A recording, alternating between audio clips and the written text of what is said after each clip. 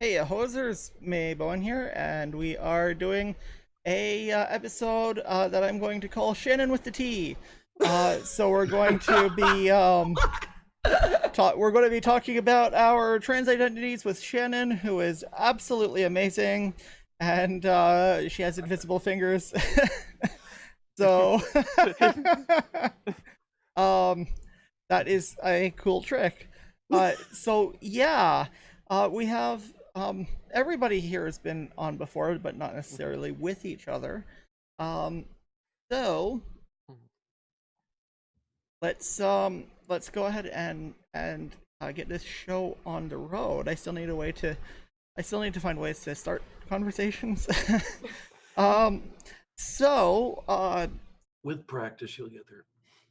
yeah, so the people we have today, Aviv, are you like a binary trans woman, Arden? Yeah.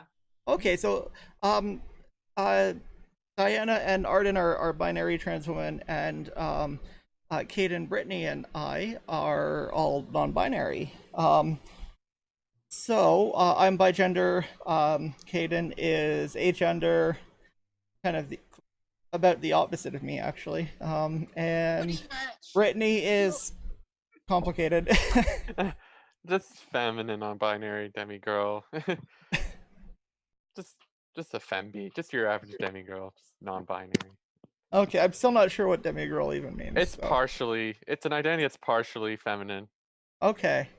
Partially, but not entirely. yeah, not entirely. Okay, so it is that usage of demi as in demitas or something like that. Yeah, like Yeah. there's like How demigirl, small. demi-boy. It just means identities that are like partially male, partially female. Okay. They're non-binary. They're like a specific non-binary identity. Like Yeah. Yeah. There's. My Sorry. Go mine ahead, is Hayden. simple in that it's just the absence of gender completely. Like I'm just a person. Yeah. Well, I guess that's what we all strive for. Just be your basic person, walking around, shaking hands. Hi, Phil, give me a piece of lettuce. Yeah. I rarely think about my gender unless I'm like in a conversation like this. yeah, unless I have like the only time, unless I'm feeling like really happy about it or sad about it, it doesn't really cross my mind. I'll forget. I'm just like there'll be days where I forget I'm trans and non-binary. Like Same. Yeah, Yeah. and wait, it's really nice if you can do that. It really is. it's like I have three moods. I'm just like have like gender euphoria where I feel happy about being trans and non-binary, then gender dysphoria where it's like you're sad about it or just feeling distressed, and then you're just forget, and then you just completely forget you're trans some days, which is kind of Mm, funny. It just hits you like holy shit, I am. Yeah. like it happens to me quite a bit because apparently I don't look trans to people, so I go out and until someone uses a binary pronoun, I don't think about my gender at all. I'm just going about my day, having fun, going to work, having some new adventures, just things like that. And then someone uses a binary pronoun. And then it's like, oh, yeah, that's right, I'm agender, and they just misgendered me. But I yeah. usually. Yeah. Yeah. I'm still getting used to people actually using she/her pronouns for me. So it's like whenever I even get any sort of gendered pronouns or any pronouns at all, it's like, oh yeah, I'm trans, right? But Yeah, other than that, I don't really think about it. I totally get that. And people will usually use she pronouns for me.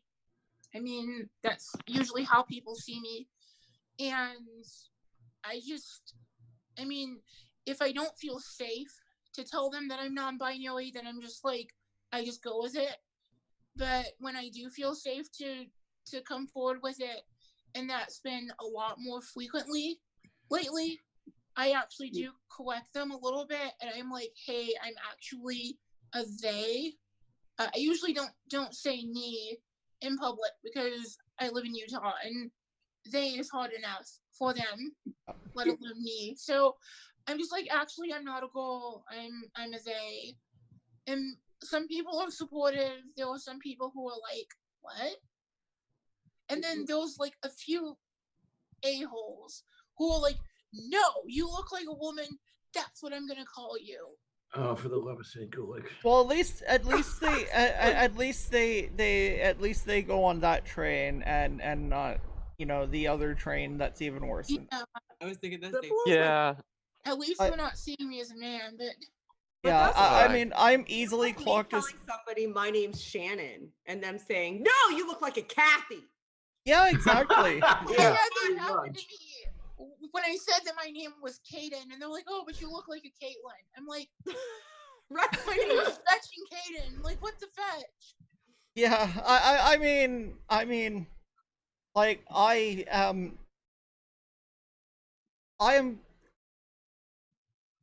am convinced that everybody is blocking me as being trans when I'm out. So it's like, what? So I don't know if people are. It's not that hard. Oh, come on. How?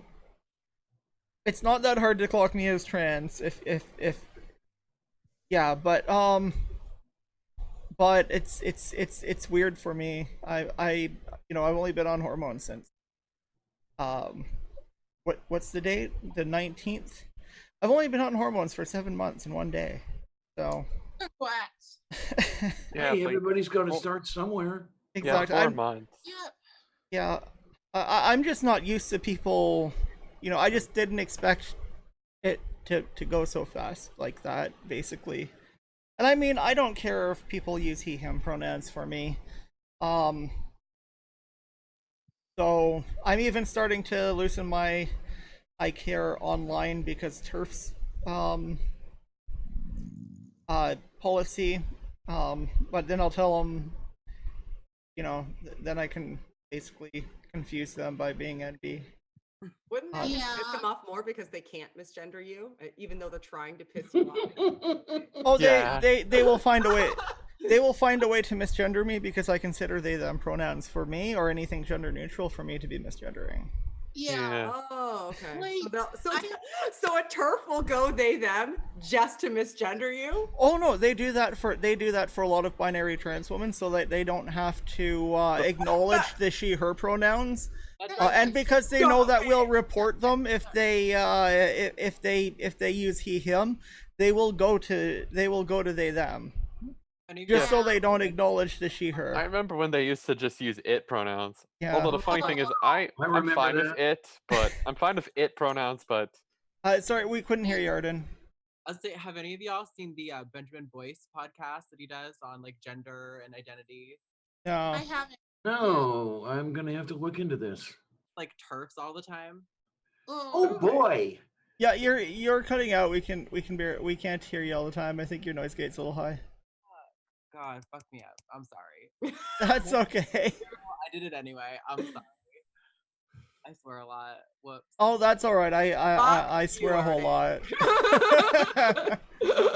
God damn it. I don't even know. I don't know what to do about this.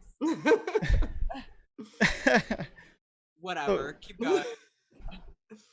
So yeah, I did. Yeah, Turf thing blows my mind though. Like, so when you're a turf, isn't your big thing that you don't see the differentiation and you just want to call what you would consider biological, but really like assigned male or female at birth people based on their birth assignment, and you're going to use those pronouns no matter what anybody says. So Yeah, Pretty but we much, report yeah. them and get. I think like When just to turf. piss off people that use non-binary or specific or pronouns that identify with a gender that they may potentially identify with them, like it just seems like they're like confused bigots who don't even know how to insult people, so are just doing whatever they can in whatever situation. yeah, and they really are just bigots. Yeah, one but thing is like if it's like they the basic belief of them is like they say that, oh, gender isn't real, it's just a patriarchal construct, only sex matters. So you can't have it, we don't have a gender, we just have sex, and my sex is biological women or something. Well, then Yeah. how do they understand? Sorry. That throws them because I'm intersex. I have 2 X chromosomes and a Y chromosome. Yeah. And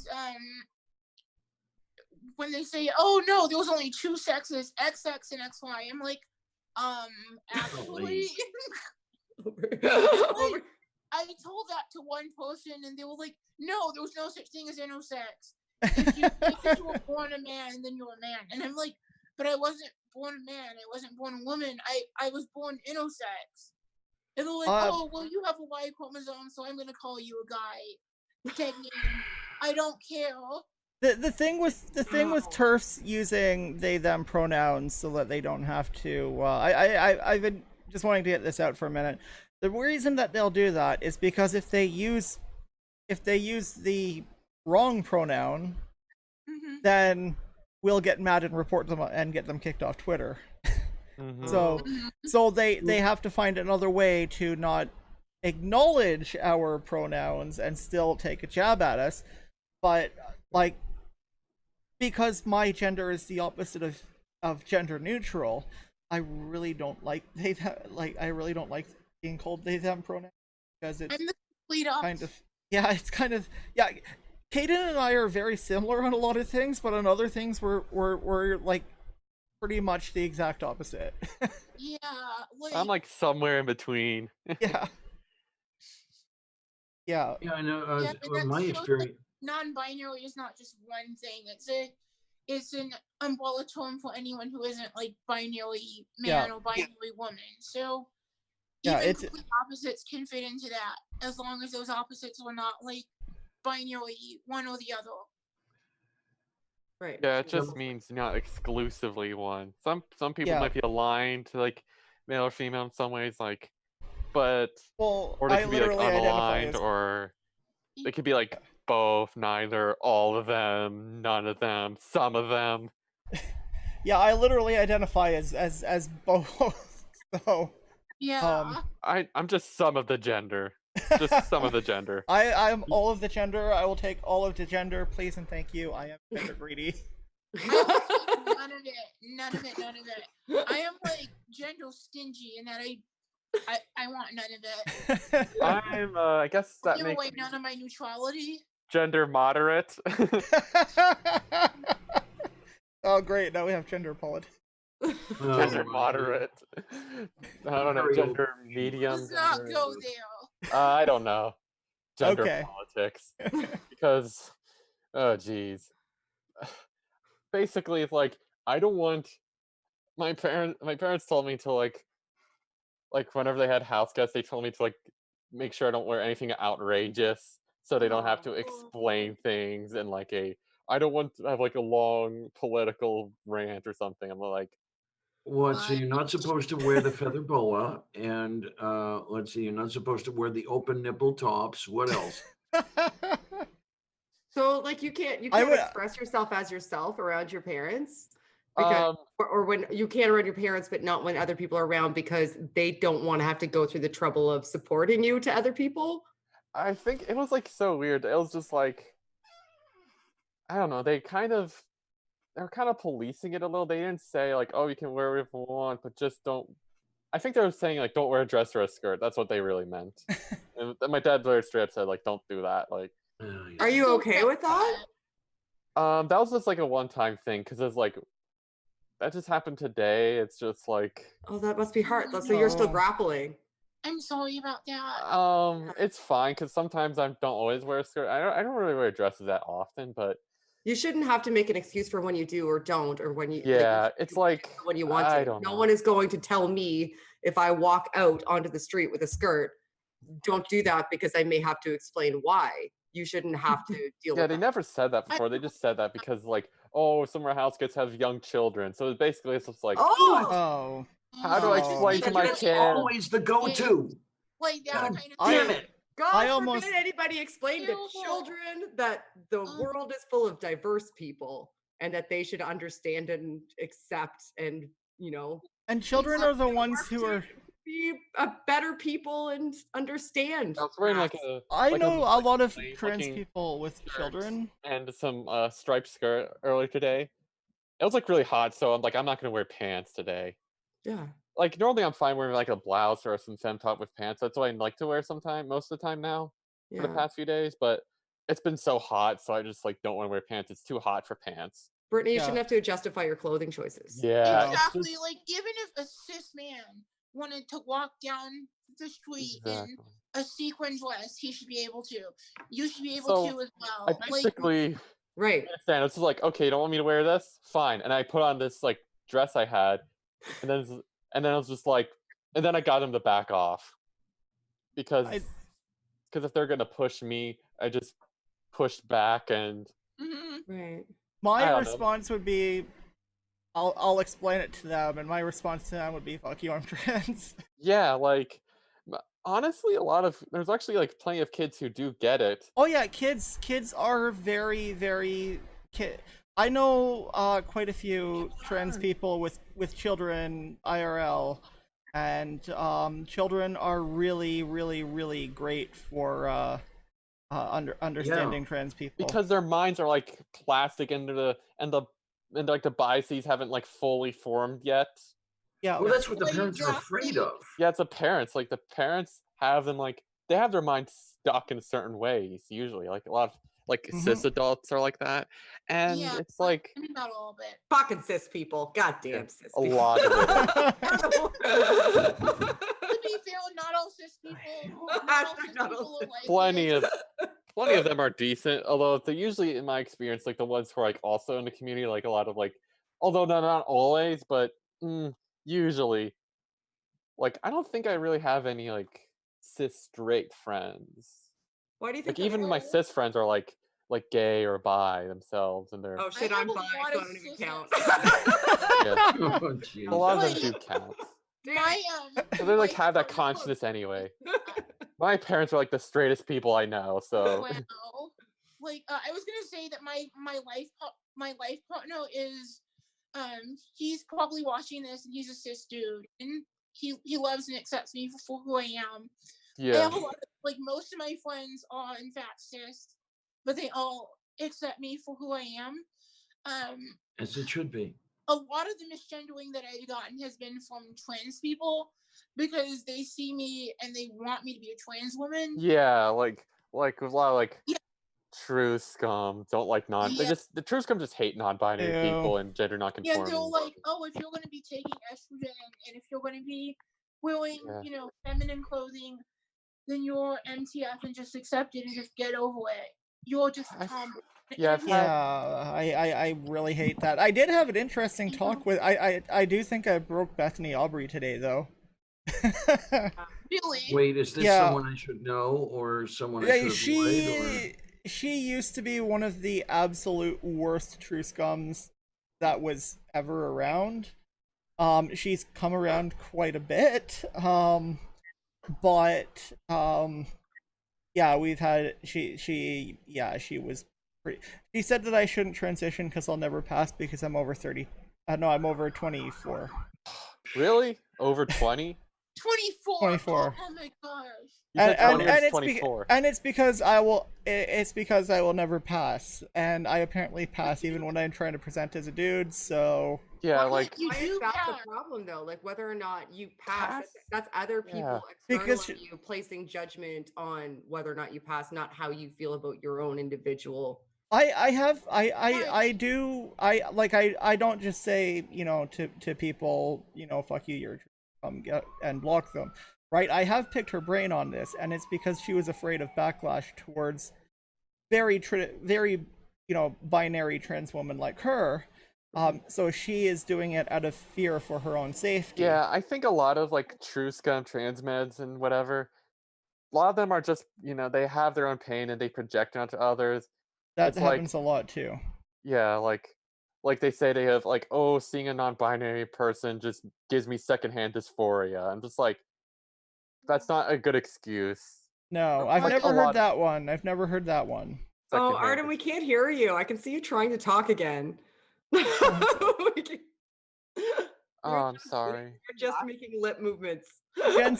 Jen says that's programming from the gatekeepers, and it probably is for a lot of people, especially older people. Yeah. She's Well, in the this- chat, but she's not with us. This whole thing about not passing and you shouldn't transition because you don't pass and all this bullshit, if you'll excuse. Yeah. I transitioned. I began my transition at the age of 52. Okay. Killing it. And Mhm. I think I did a fairly decent job. I mean, I was amazed right off the bat how many people mammed me. Very few times have I ever got misgendered, so I must be very lucky in the passing department for all that's worth, really worth nothing. But I used to get from several people you're a pretty good looking guy and you really shouldn't transition because you're not going to be a good looking woman and all this Oh. shit. And it's like, come on, this is about me. It's not about your perception of me. I think, Exactly. you know, I don't think I looked too bad before I started transitioning, and I don't think I look too bad now. So, I mean, Yeah. I could fix. Like- There's a few things I that think need fixing, but I think I could have been like a very like, cute, handsome boy, but inside I didn't really felt like that. I mean, I could have Yeah. conjured up that image because Yeah, like you're for taught me, that way, but yeah. I know yeah, what you mean because before I came out, I mean, I don't know how like attractive I looked as a quote unquote male, but I know that I was dead inside and I was miserable. And I talked about this a few weeks ago that I would rather die than continue to live that way. So I know that when I feeling. came out, I don't know if I quote unquote passed. I mean, I lived in a very conservative area where if you don't pass, people will aggressively misgender you as your both sex.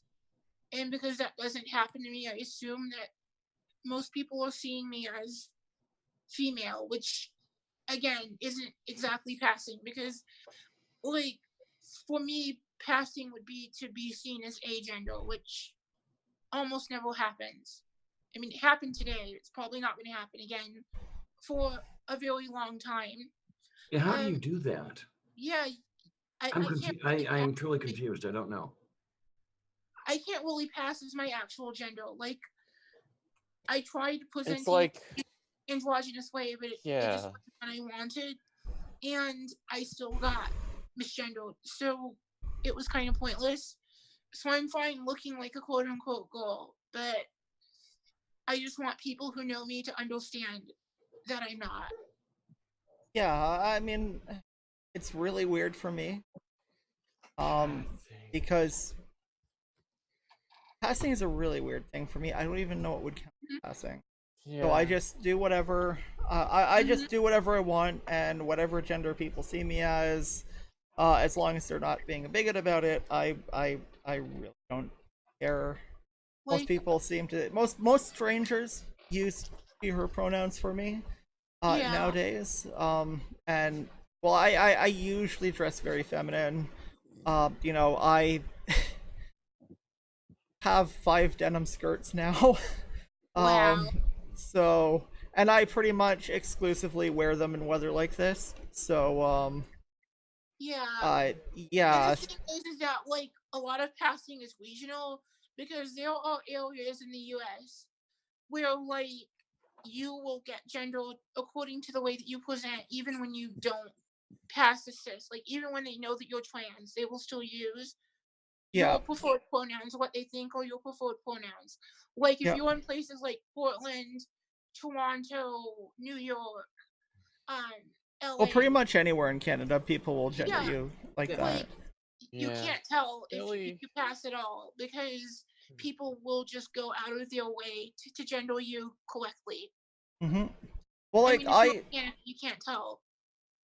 yeah, well, like the reason that I am like questioning if people are clocking me or not is because I like refuse to talk, and yeah, I'm Mm, got a lot down there. So it's like, are you noticing I'm trans? I'm also a lot more masculine in real life than I appear to be online too, right? So right.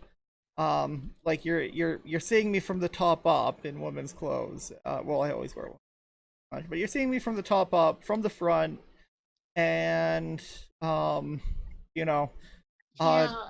it doesn't look like I have any facial hair stubble or anything, but I do.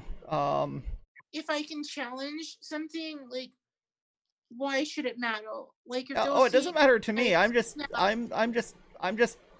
I I am someone who is always desperate for feedback, right? So Yeah, I understand like that. I'm always thinking, you know, how are others perceiving me on this? You know, what's going on? Are you noticing I'm trans? Like I don't care if people notice if I'm trans or not, because I've never had anything other than like the odd double take from someone who's like I'm fortunate enough that here in Peterborough, in Toronto, when I was there for Pride, I go to Whitby once a month, which is part of the GTA, but not quite Toronto yet. So I'm always wondering, you know, what's going on for people's heads? Are people Yeah. seeing me And you as can't No, go to no. Canada. Like For me, in it's like, Utah. Oh wait, go ahead, Whitney. yeah, I was trying to like, for me, passing is so weird because sometimes I'm like, I don't know, it's sometimes it's like so obvious. Like I could be like, you know, like dressed fully femme, and then people will. I've had someone just say like I was wearing this like one of my favorite blouses and this maroon skirt, and I got called ma'am. But then I spoke to that person, and then he switched to sir. oh, Oh. I got a Yeah. kick Oh, out of tell me that, about it. No, it's on and the phone. I get routinely yeah. misgendered because of the Mm. voice. My voice right now is modified. When I'm, excuse me, when I'm speaking in my normal range, it sounds more like this. So yeah, we've done a little bit to take care of the voice and sort of thing. But even then, it's still, what's your name, Diana? All right, sir. And it's, wait a minute, didn't I just tell you That's That's Yeah, messed it's up. like, yeah. And then sometimes I just had like moments where I'll be in boy mode except in makeup though. Like I was wearing like quote unquote man's clothes with makeup and I got called she. So it's like I'm wearing like it's like obvious and I was just yeah. wearing some makeup and Yeah. I got called she her a lot. Although it's like even like I could get called she her with in boy mode, but then I can get called sir with like a like a dresser skirt and makeup on, like fully That's femme. up. It's I get a little kick out of it at best. Sometimes I laugh about it and like, haha, nobody knows how to make out with me, so that's kind of good. But on the other hand, I'm just like, oh, don't use those terms. Oh my I days. mean, Yeah. the last time I presented as fully a guy, I got the right pronouns for both presenting. I'm fine with. I don't dislike Honestly, that, but I would actually I kind of do like would very much like to be a butch woman, present like a butch woman in some ways. Like honestly, because there are Well, some male clothes that I like wearing, but I hmm, don't wear because people would think I'm a guy, so I don't wear well, I them. get I can that. give you my wardrobe because it's essentially butch woman. Okay. So It's a lot of athletic gear, Oh, soccer uniforms, baseball uniforms, I don't really wear the sports, Okay. but I'm talking just like non-discriminate tank tops. I have a I lot of don't know, white but beaters. still, like, at best I can manage Futch, I think. hmm I think I could put on like a good like androgynous outfit on easily. What I think, or at least what I think it is, because it's I don't know. Clothes are weird. Clothes have no gender, so wear what you want. Let Like people Yeah, when bitch but about them. definitely.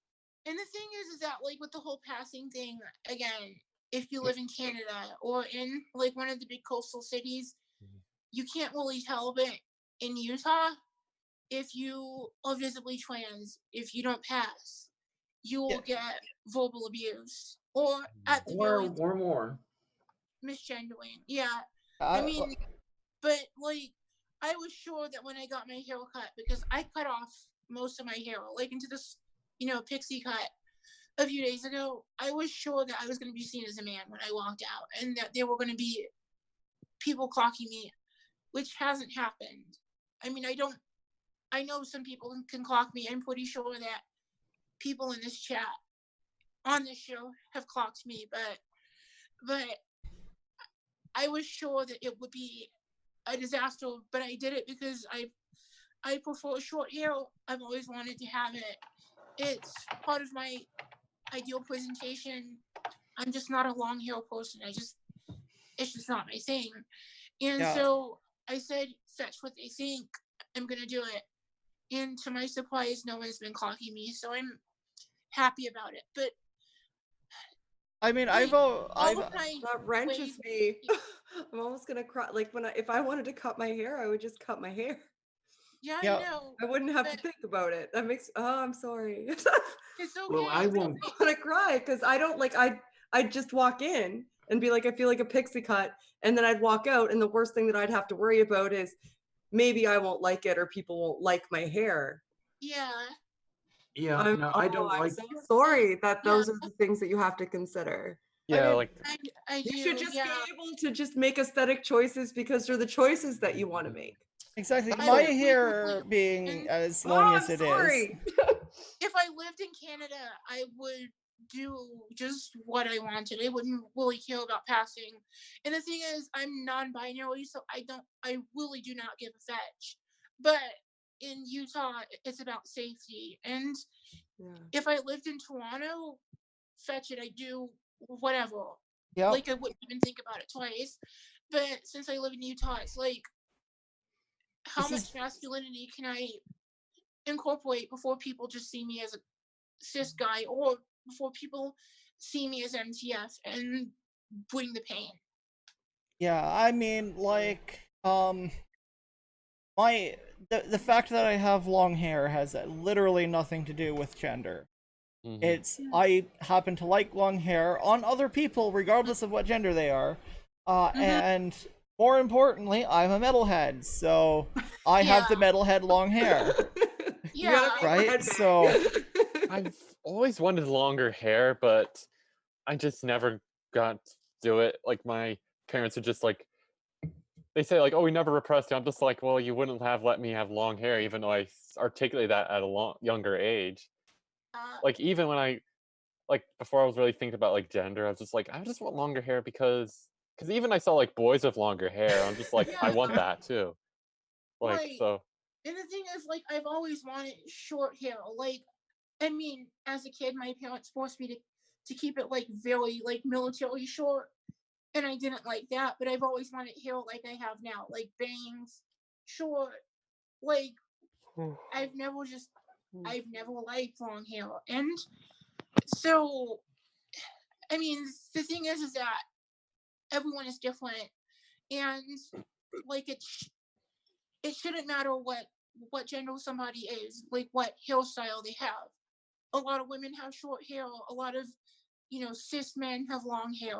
It's not a gender thing, but when you live in the United States and when you are trans, especially if you are MTF, like that there's so much pressure on you to distance yourself from anything that could be considered to be masculine, like even Yeah. short hair, because it's like you have to pass in these people's eyes, or at least make an effort to pass. Yeah, Not because the stereotypes. yeah, It doesn't because most of the trans people who I generally talk with are from the U.S. And from Britain, which in some cases can be worse than the U.S. Turf Island. Turf Central. Violent. Yeah. Like I Like- put a way higher value on passing as a woman if I needed to, just for my own safety. If But push like came to- I tiptoed, right? I would stick my toe in. I'd stick my toe in a couple of times, and nothing bad happens, and then I just go full in. Yeah. Okay, On so you stick something. your toe in, stick your toe out, turn around and shake it all about, right? Something like that. Okay, we can do that. So like it's every step that I took, it was throughout my transition so far, it was just a tiny tiptoe to Yeah. start, and then once nothing bad happened, then it's like, okay, I'll go full blow. Like I started wearing skirts a couple of months ago, um, and like I was terrified the first time I did it, and I actually went to Whitby, um, doing that, and it's like now after like a month and a half, I pretty much exclusively wear skirts. So Well, the thing that amazes the heck out of me, and it still does every time I do it, I go to the gym right across the highway. And whenever I go in to change or take a shower, there's always that thought in the back of the mind. And from the first time, even now, when there shouldn't be, I'm always thinking, what if somebody doesn't like this? Mhm. So far, I've been extremely lucky. No problems at all. Yeah. well, that's But good. The thing was like what's going to happen that one time that somebody's not up for it? bathrooms.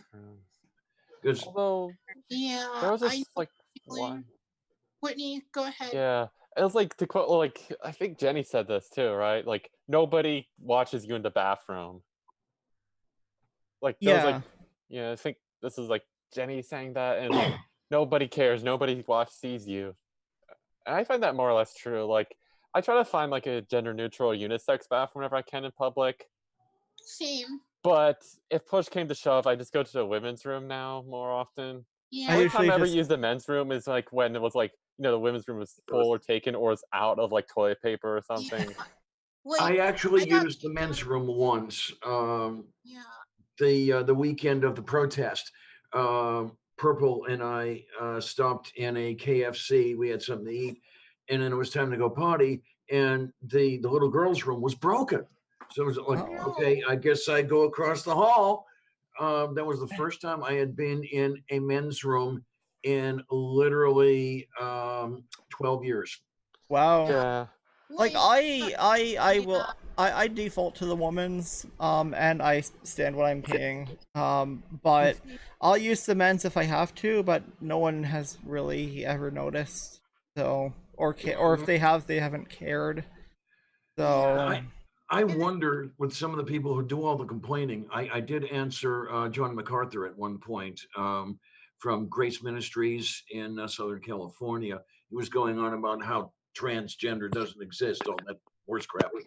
My question to all these people who are really up in arms about us is, okay, look, are you afraid that you will find yourself attracted to one of us? Or is it that you are afraid you will find yourself thinking you are one of us? Okay, which is it, sweetness? I want to know. They're thinking about it It's gotta all be one day. of them. It's I gotta mean, be one of A them. lot of it is like disgust too. They just had this Yeah. lizard brain disgust as well, so that makes them just like. But even then, like a lot of like trans who can say like, "Oh, I can clock a tran anytime." No, they Yeah. can't. Oh, please, no. Not You always. can't. Liar, liar, liar. yeah, You probably really. a trans person's probably peed or pooped next to you, and you didn't even notice. Yeah. Oh, right, absolutely. And the thing, I yeah, mean, I've talked to people like that in person. Well, they're like, oh, I can always tell a trans. I hate them. But I hate the fact that they exist. But I can always tell a trans. And they say that to me in person. I'm like, okay, yeah. But here's the interesting thing: a lot of like this like turf like bathroom rhetoric is actually harming cis butch women. yeah, Yes, it is. yes, absolutely. It is. They're going after two butch cis women because they think. Because the thing is, like, somehow trans women are like both either like way too feminist. Like they'll say, turfs will say on the other hand, oh, trans women are like patriarchal stereotypes of women, but they also say like, but they're also like too like mannish at the same time. So it's like, which is it? They're I either have Yeah. too masculine or I too mean- feminine. I mean, I- one of Jenny's hypotheses, I guess you'd call it, Mhm. is that a lot of turfs are like extremely butch and just really jealous of the more feminine trans people. Mm.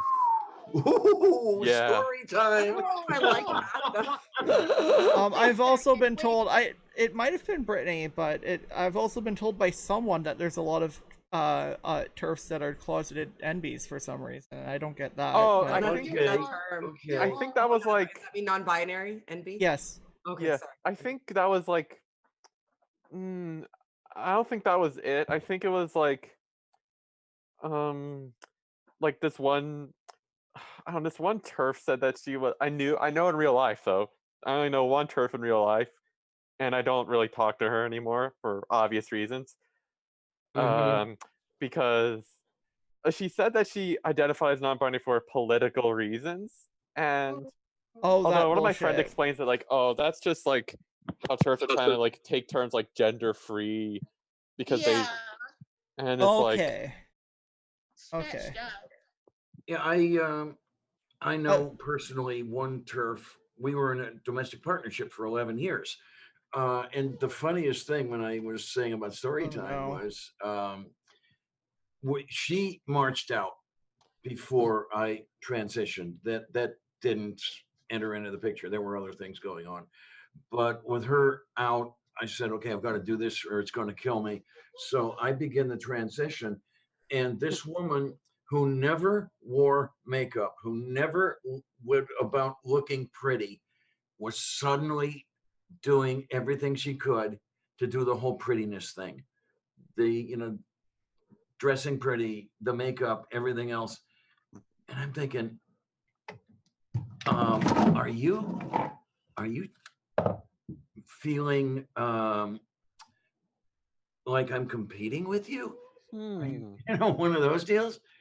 Yeah, I couldn't find still not the best way to frame it, and I have to wonder, turfs in general, are they afraid people like me are taking the attention away from them? probably. To I'm where sure they have to like compete and they can't.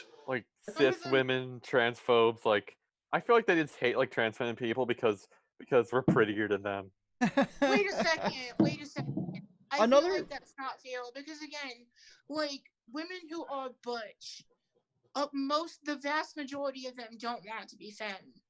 They're butch because that's just who they are inside. And I feel like whipping on butch women and calling them unattractive or saying that they're just jealous that they can't be femme. Like most of them had feminists whammed up their tailpipe since they were Yeah, and like gender being non-conforming. butch for them is an expression of who they actually are. I Well, I totally don't get necessarily mean being butch mad as at in. Trump, but I don't necessarily mean butch as in like how they're presenting, more just their general appearance. but many of them, because I know plenty of male appealing women and masculine appealing women. A lot of my coworkers fall into that category. Most of them have told me that they don't mind, that they don't want to be pretty.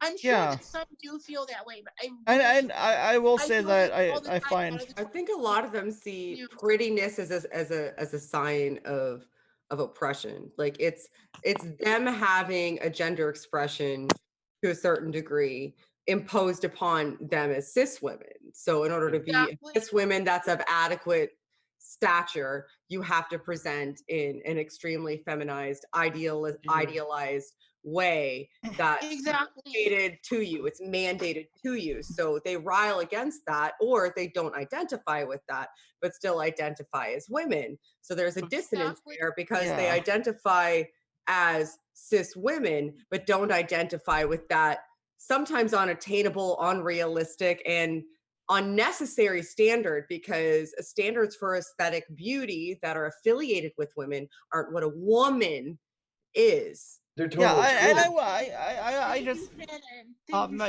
maybe want to clarify a little bit. Not that I'm defending turfs. Like I feel like I know. Yeah.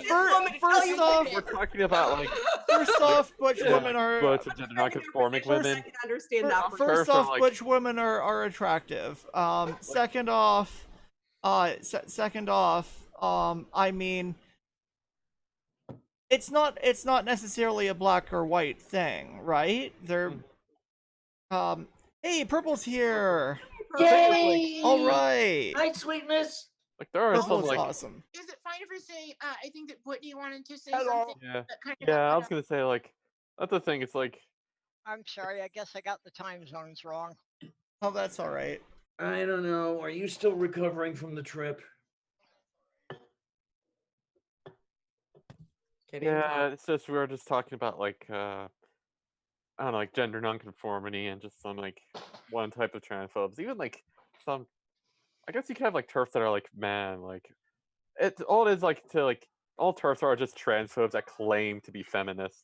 Right. Yeah, and they're, well, not even all of them are like, some of them are feminists, just Yeah, gone way too far. Some of them could never be considered feminists in any yeah. in, The Indeed. brand of in any feminism they espouse definition. is like this like complementary and like I think it's like called like radical cultural feminism. So, like I the would call it I would call it I would call it I would call them Puritans. yeah, they Any basically brand think of that like feminism that mandates how any woman should act in order to be able to Like, there's, identify as a feminist is like a cultural exclusionary and by feminist. virtue of that not feminist as far as I'm concerned. Well, The I thing with call like them cultural feminism is that it believes that like women have this like innate qualities that make them distinct from men, and that men have distinct qualities, and like it's like and like patriarchy is is repressing women's natural quality and abilities and making them feel bad for having them. Yeah. Like, there are many different flavors of turf. Yeah. You know, some of them Feminism are itself is probably very uh, good. has very fairly- many different viewpoints. yeah.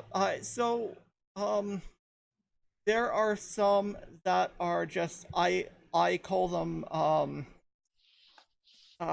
I call them androphobes.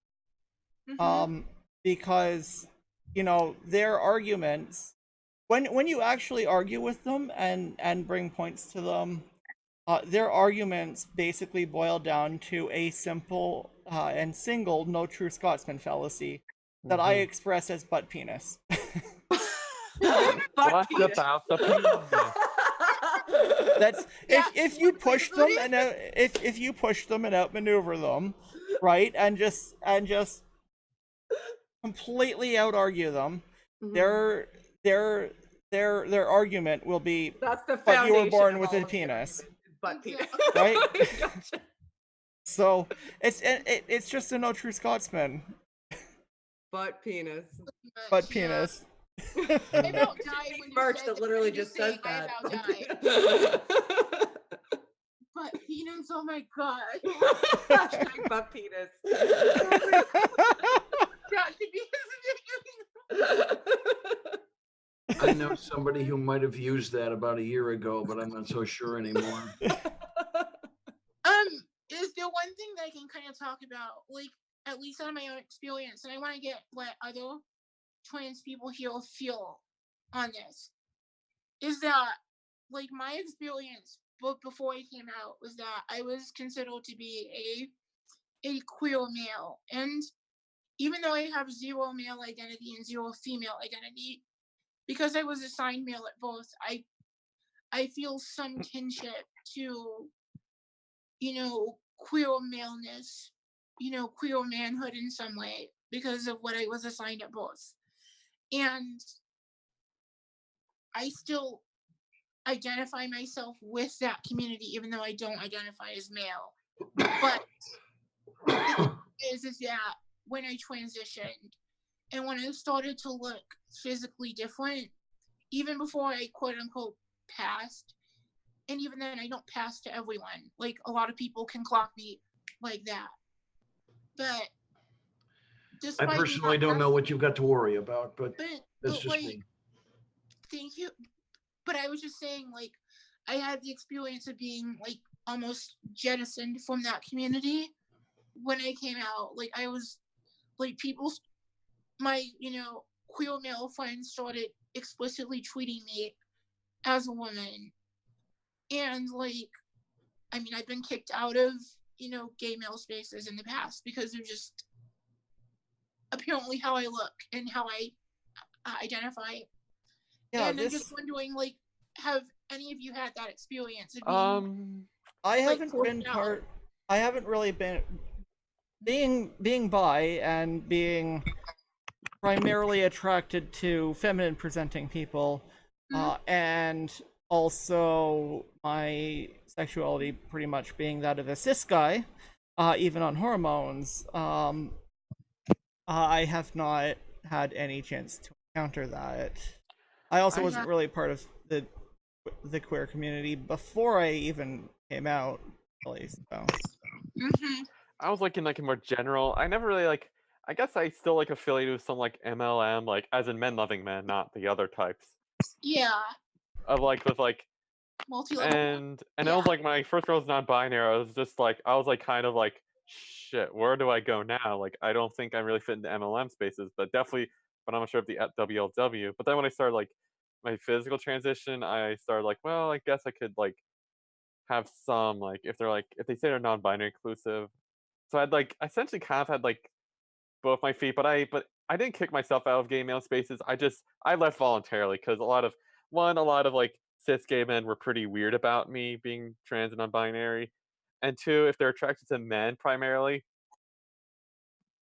Yeah. then either you're misgendering me or you're also into people who are or you're also into non-men. Like So you're yeah, my with being experience was not like I was just so shown the door. I was like, why? Like someone even told me, why are you even here? Or like the one time I went out with like a group of gay men, and I was like the girlfriend, quote unquote, and I was like, but I'm not a girl, I'm non-binary, and I was like, oh, but we just see you that way, just go with it. And so I got to a point where it's like I somewhat voluntarily, well, no, I didn't voluntarily leave. I was kicked out, and then I found a new community. And like the person I'm dating now is like identifies as a straight man, and like I've kind of adapted to, in many circumstances, being seen as quote unquote female, even though I mean I'm agender, but again, people tend to see those binaries, but that alone was a transition for me, yeah. because yeah, a lot of times toasts will say, well, why don't you just go into MLM spaces, because they're for people like you, and stay out of women's spaces. And I'm like, Yeah. I tried that and I got forced out. Yeah, sometimes I was worried about like, well, I don't really want to be in men's spaces, but that's not, and if there's like no other available space for like non-binary people, it's like you have to pick between men's and women's spaces. It's like Yeah. I feel like sometimes like kind of with presentation, although I feel like identity would be more important than like because presentation is just like if let me put this in perspective. If presentation determined one's gender, then then all gender nonconforming people would be trans, even cis ones. yeah, Exactly. they'd all And you be. could be like a man and still wear a dress, and you could be a woman and still wear like a three-piece suit. So it's like, Exactly. Well, this is the interesting thing. I've seen it written. I forget what magazine article it was. When a woman wears men's clothing, it's high fashion. When a man wears women's clothing, it's a perversion. I think it's Yeah. because of like how like the masculine is more valued than the feminine, and like Mhm. It has to take do purely with sexuality. The male sexuality is very different from the female sexuality. a lot of it is like it's like Mhm. I mean we could open like the can of sissy kink discourse for a moment, Oh no. Yeah. but the thing Well, is like I have no idea what any of that is, so you're going to lose me. yeah, well, some people are just like they say it's like that's inherently misogynist because you're basically saying like, oh, a man being feminine for a kink for humiliation purposes is misogynist because there's nothing shameful or humiliating about femininity. Yeah, I I don't mean, really well, I mean, Yeah. honestly, care. do what you do in the bedroom. I don't give a shit as long you're doing it between consensual adults. So you do you, Yeah. friend. But Indeed. however, I do kind of like I don't know. Is it? I don't know. I kind of like the aesthetic and makes me feel powerful. Just Mhm. Same. I mean, like I sometimes it's weird where I fit in I all guess I'm of like it. a non-binary person with a forced femme kink. So, but it makes me feel powerful, not humiliated. Yeah. Because Okay. Is my Well, mic you- on here? Yeah, we yes, can hear you, Purple. Yeah, I'm going to interject while you're there's about while 4x5. I have to go. Thank Okay. you. Oh, You Oh. can Bye, go back. Shannon. Oh no. Thank Arden, I'm you. sorry I didn't get to hear you. Like, I talk. know. I don't know what happened. Hopefully next time it'll be But I better. adore you. I would love to hang out more with you. And Yes. I want your I content. Make completely more of it, understand what please. you're It's saying. fantastic. Your story is valuable, and I enjoy hearing Yeah, it. I watched your videos. I Arden's watch videos are your videos when I had fantastic. time. And it was nice to meet the rest of you. And Purple and Diana, it was lovely to see you again. And also, Great to see you, Shannon. guys, I don't have an arm. I do want to send you a note fairly soon, see if we can't get something together for coming on Coffee with Lavender. But I'd love we'll to. work that out. My schedule is like, Yeah, fine. that's why I wanted to run things by you because I know how busy you are. If you can book me ahead of time, then Oh, absolutely. That's the idea. Well, yeah, thanks absolutely. for coming on such short notice. No problem. Absolutely. I just won't make a video this month. That's fine. I don't need videos on my channel. Nobody watches my channel anymore. Well, you can mirror this or whatever Oh, if you come want. on. Have a good night, guys. It was lovely to meet all Bye. of you. Thank you so much. Bye. Bye. Thanks again for coming Bye. on, Sorry I Shannon. didn't have Bye. a chance to have a conversation with you. Purple, I love you. Thank Take you. care, Okay. Shannon. I mean, with the gendered spaces, it's like I feel I fit in all of them, right? Like, Yeah. I mean, and that brings up a question that I've asked, and this is kind of an important question. What do you go with? Do you go with somebody's identity? Do you go with their physical appearance and traits? Do you go with how they present? Oh, Like okay. I throw a In other words, what huge attracts you to someone? Is that yeah, what it is? I throw Oh, I can tell a you. huge monkey I wrench think with in sexual a attraction is lot. usually presentation, Yeah, but even so, there's a caveat. Like if you're like there's a big difference between like a male crossdresser or a drag queen than like a trans woman, for example. I yeah. agree with Like that. like if you're like only interested in women or feminine presenting people and you want to date a drag queen, you're gonna be dating a man, honey. Because Well, even a lot of drag queens say like if you're gonna like date me and you're only interested in women, this comes off. But then a trans femme person is like there is no de-dragging. Right, Yeah. Can I right. say something? Yeah, go ahead, Because Kaden. My partner, No, you can't say my anything. No. my life partner, Yin Wolf, and I know that he's been hanging out in the comments, but he's told me that he's attracted to femininity and not gender. But what he means by femininity is that he's attracted to feminine physical traits. So he's into cis women, trans women, and physically feminine, non-binary people. Mm-hmm. And so, like, Yeah. he kind of goes with both presentation and like self-identity, but he mostly goes with how someone looks, like, and how Oh, someone physically is. So he's Yeah. mostly into physical. I Yeah, mean, well- if we're talking about spaces, though, like men's spaces, women's spaces, I would always say go with how someone identifies. Like, as an agender person, I don't feel like I fit into either type of space. I don't feel like I fit into men's spaces or women's spaces. And I try to avoid them both. But, like, I feel like it should be down to how someone identifies. I had someone last week's show basically say that I belong in women's spaces because of how I look. And that kind of bothered me. Since I'm not a woman, it doesn't matter how feminine I present.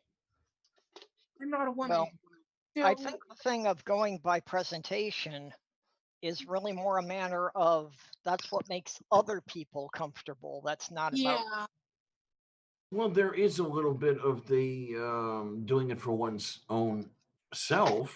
I mean, I like skirts.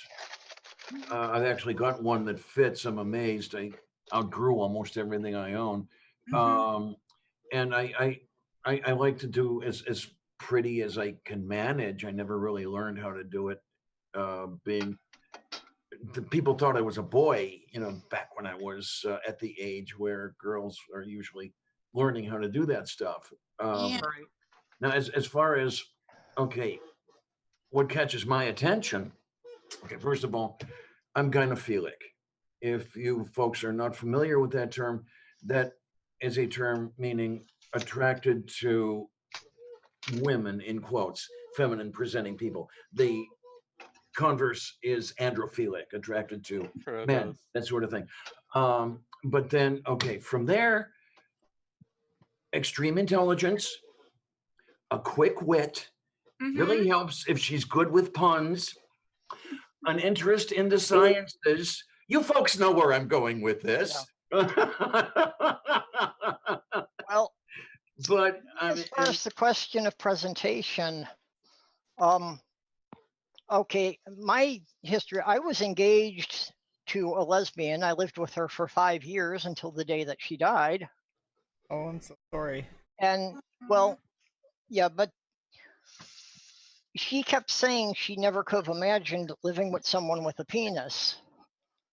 But when it was just the two of us, she regarded me as a girl, not necessarily that I wore makeup or anything, but just that she said that when I was relaxed, that my mannerisms were female.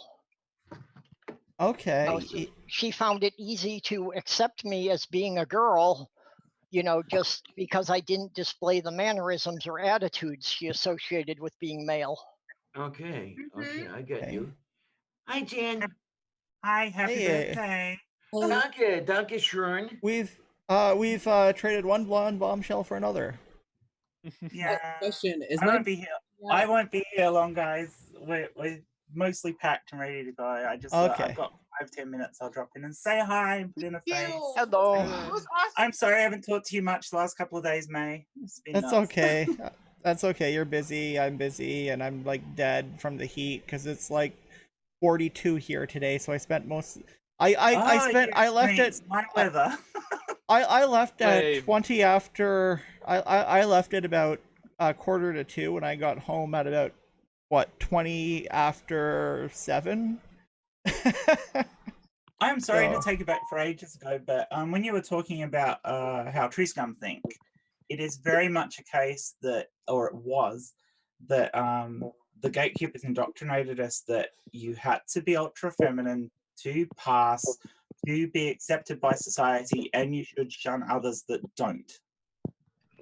Yeah, and was It it is very much a cult, the medical profession. It was. and was it not the case that they wanted you to desire to marry a man and have a family with Oh, that yeah, man? yeah. They In other wanted, words, be they straight. preferred you to be straight, to be as femme as possible, preferably in dresses, although that wasn't insisted on with me. I know I should have turned my phone down, but I won't be here that long. Yeah, so yeah, basically the gatekeeping that it was very much, you have to be the best image of a woman you can make yourself to be, which for a lot of people meant they were a caricature, they weren't being honest to themselves, and you had to shun anybody else who wasn't prepared to do that. Uh-huh. Yeah. Uh-huh. In a couple of weeks, I'm actually going. And I've been planning this for a while, and I know that her positions on a lot of things have changed. But I'm going to get Bethany Albury on this show, and I'm going to ask her about where she is That should now, be- where she was. But that should be interesting because I can contrast that to where I was and where I am now. Exactly. I You mean, I weren't don't- nearly as. You were.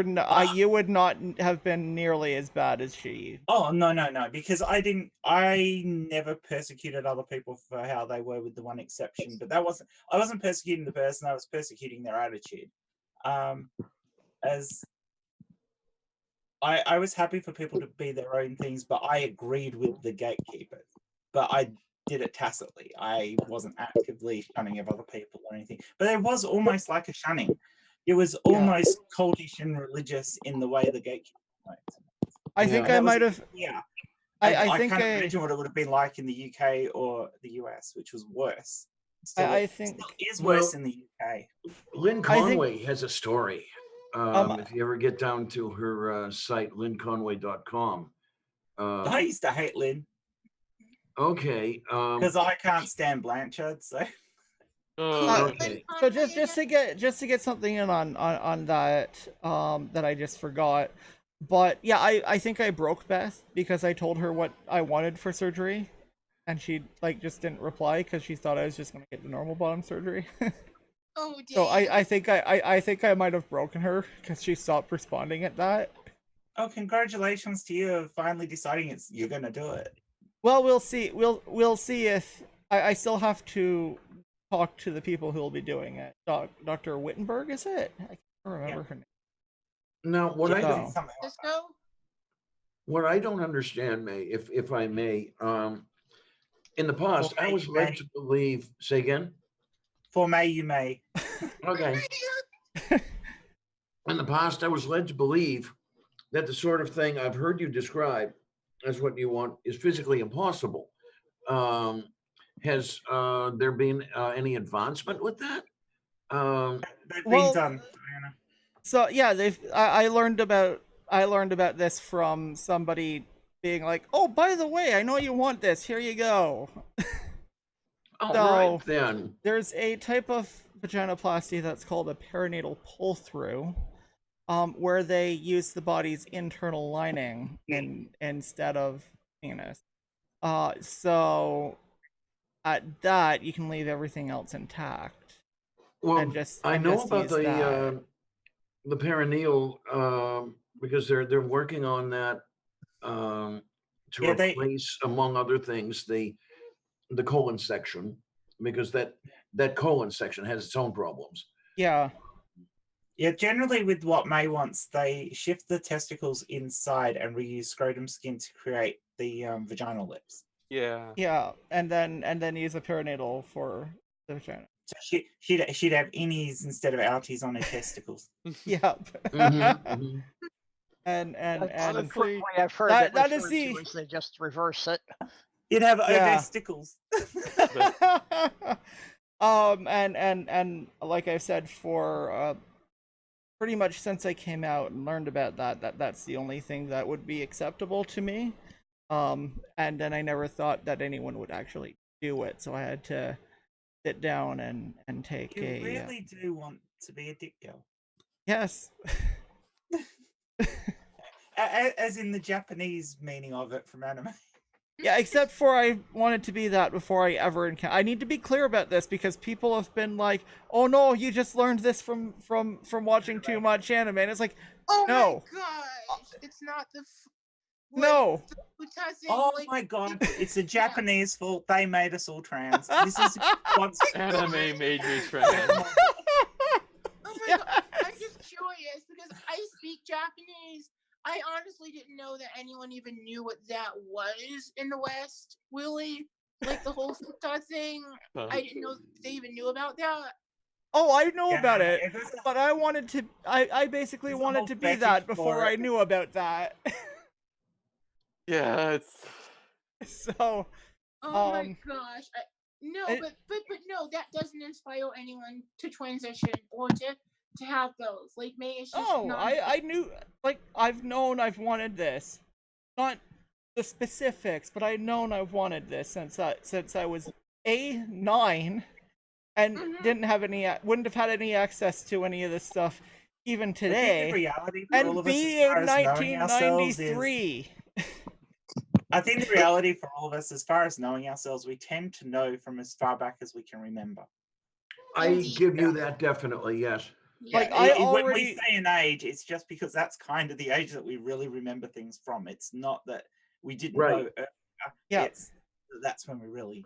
I even said earlier in this stream that it's not. It's got it. I even said earlier in this stream that, like, it's more that that's when it became relevant to me. Mhm. I don't.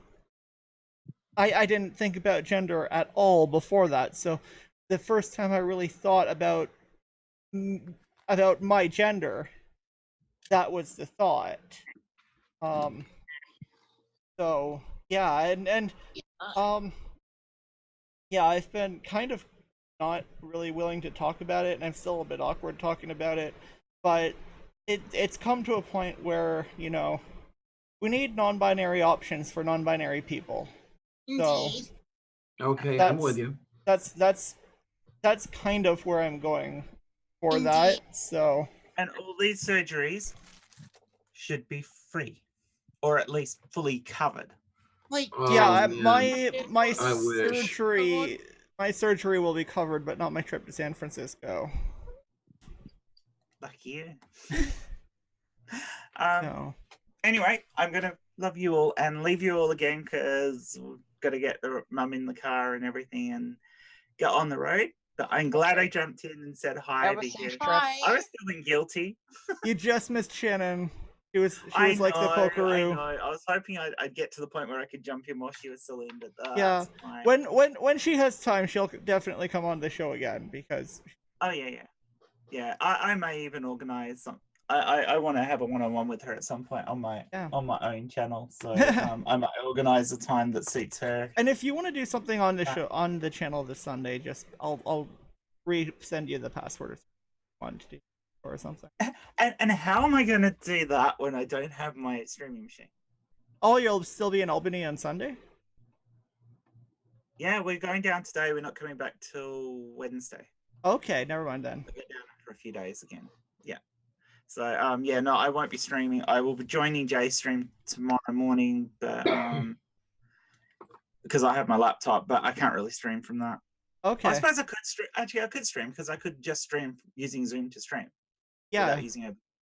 So I might do something. I if I feel up to it on Monday morning, I might jump in and grab a couple of people and we'll have a quick chat. And yeah, or I'll either send you the stream key or the password, whatever I can get easiest at the time.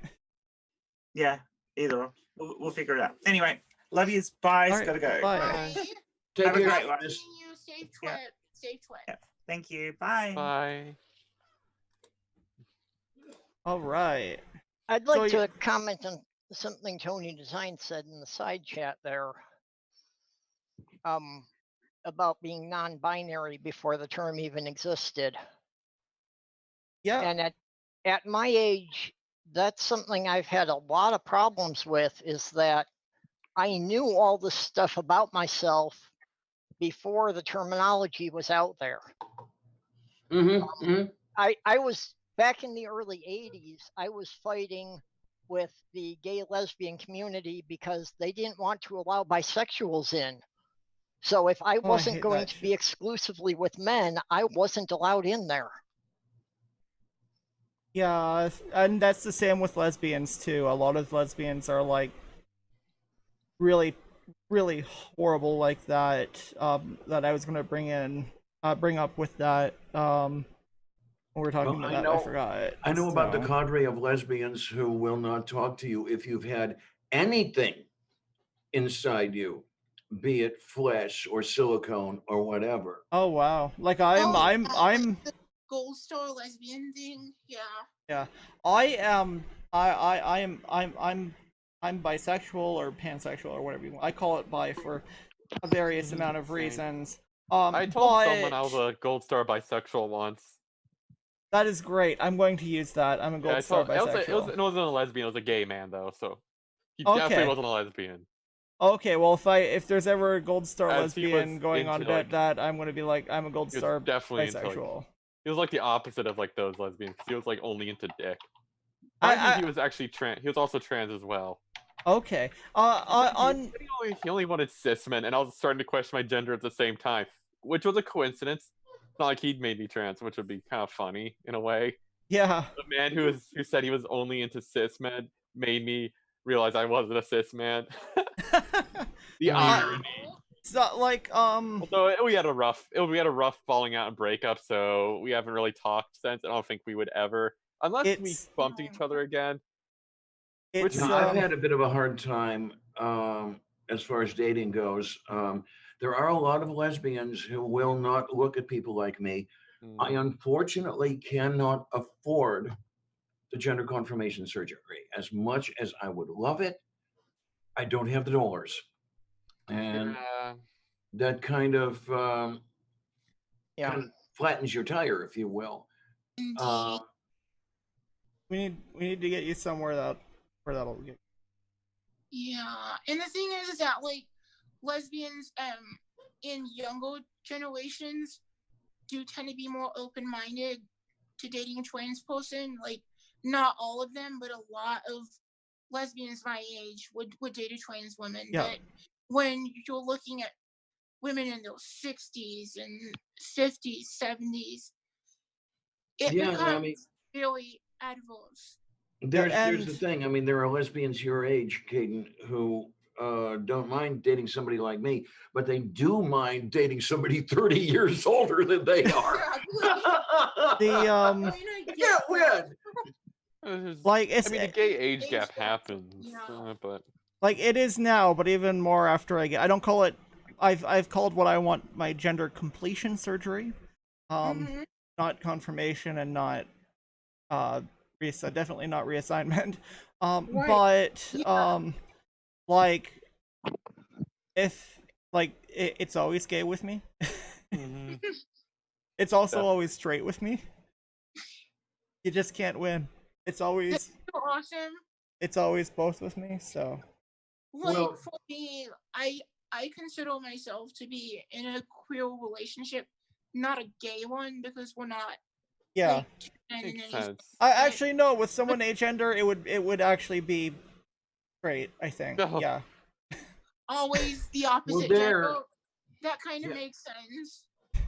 I'd say Like, it's like, I don't know, like I like to say I'm gay for everyone, or maybe like queer for everyone would be more accurate than like gay. But it's like uh, I'm, although I've pretty much like most of my dating history in the past recent years is like the only binary person I've ever been with was a binary trans man. Like everyone else was like non-binary and agender. wow. Okay. Like Like, in like the past year actually.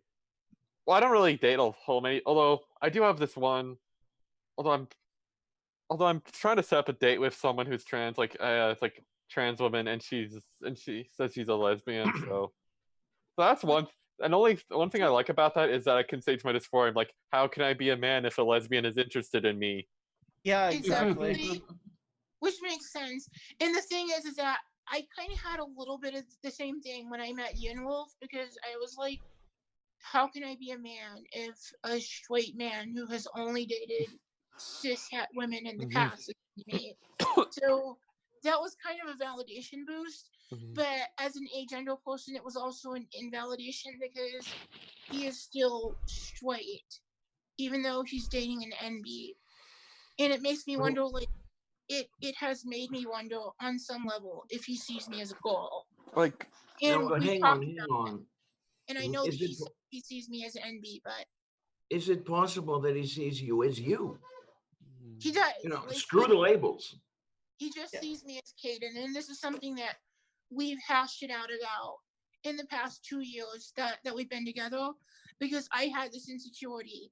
Is he actually just seeing me as a goal, and it's just playing along with my gender identity? But he actually does see me as an NB, and he sees me as Caden. I mean, And I see for me, people as their. I told this to Caitlin Chloe recently.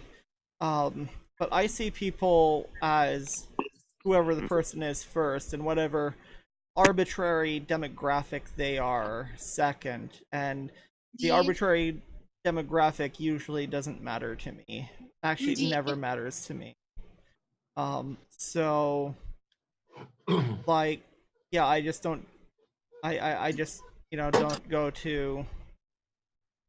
Um, I just don't think like that, and indeed. I like to say a lot of it has to do with some of my identity, because like it's hard for me to separate a lot of things that are closer to the line of male and female, right, or masculine and feminine and all that. I can see the really really far apart things, but I can't see the stuff that's closer, that's closer to the gray areas. It's just I learned so much when I uh, started socially transitioning, and then I realized I didn't need to because I'd already done it. But in the end, like I was reading both the stuff that they would say for a trans mask and trans femme people, just so I could have a list of stuff. Don't do this. List of stuff. Do this. See it from both perspectives, and I'm sitting there like, wait, I do that. I don't do that. I do that. I don't do that. I do that. I don't do that. Do I do that? I don't know. I'll get back to this, right? I totally get So that. And the yeah. thing about Yin is that he's mentioned that he sees people as people first and anything else second. So he's like the same way in that he just sees me as Caden. Also, one thing that he's mentioned is that like it might just be that people who are different in a lot of ways probably see things in just a different way. Exactly. Yeah. I do not see. I do not see black. I see only in shades of gray. And I see things in a much broader perspective than Well, and a lot of again, other people. I think a lot of it goes back to the really lack of terminology, that there isn't really a term to express, someone who is attracted to someone who is masculine or feminine to a certain degree, but not across the whole spectrum. Exactly. You would say, Diana used the word, actually. It would be androphilic or gynophilic, or androphilic, or sorry, androromantic or gynoromantic, or Mm-hmm. or homo romantic and heteroromantic, and Yeah, there's a whole. the nice thing about andro and gyne is that you remove the reference to the source sex, if you will. Yeah. Because people will say, okay, Diana, if you're in a relationship with a woman, are you lesbian or are you straight? Because, okay, you were assigned male at birth, but you're presenting female now. We get all confused. So let's move that reference to the, if you will, target sex, the person I am attracted to, rather than Yeah. worrying about me. Yeah. Right, but the problem Like, I I'm have pretty much gynoromantic. well, is it funny if I, I say I think I like I have a Let bit Kaden of a talk. problem feel it because a lot of times when outside of the trans community, when you hear people talk about blank philic, it's like something really bad. It's like paraphilic, pedophilic, Yeah, I know that whole things like coprophilic that. and yeah, all that It's, bullshit. so yeah, so like I just don't like the term philic applied to sexualities because it's like people go to a very dark place. I mean, I don't see that, but I guess, but I mean, it's a word that's used in a specific way, that means an attraction to. So, I get and that. I mean, you could use like androsexual or gynosexual Yeah. if you wanted to. Mhm. Um, just to keep it within the realm of sexual orientation. Indeed.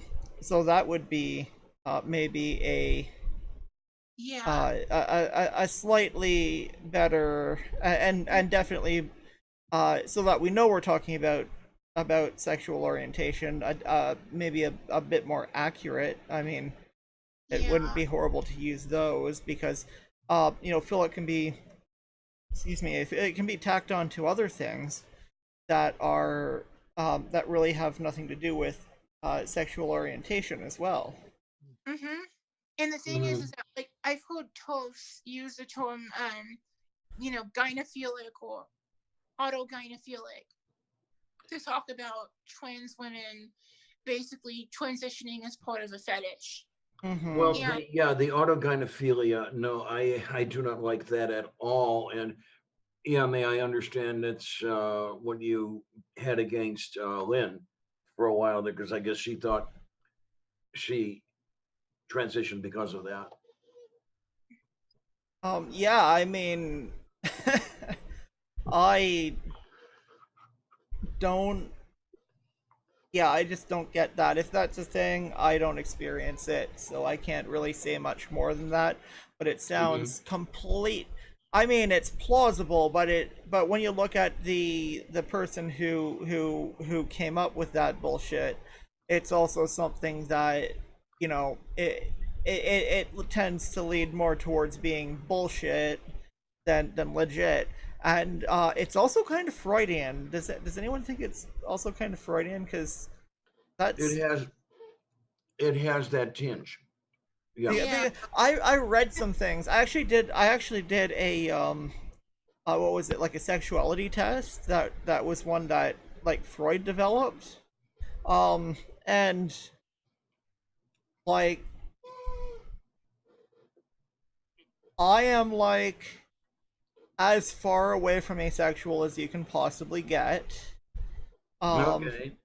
So I did this, and one of the lines that stuck out to me is it saying that my vagina is as closed as a 15-year-old girl's. What? What? Yeah, it was really bad. Freud was very wrong and very wrong.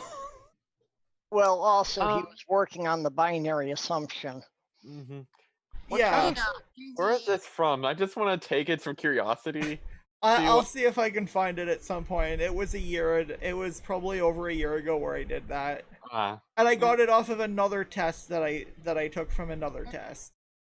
Actually, if anyone is interested in a decent sexuality test, look up the Klein grid. Oh yeah, yeah. I've taken You know, that. and I've taken that, and actually I met the guy who developed that at a bisexuality conference. Hmm. And I actually, after his presentation, I got to talk with him one-on-one for a little while.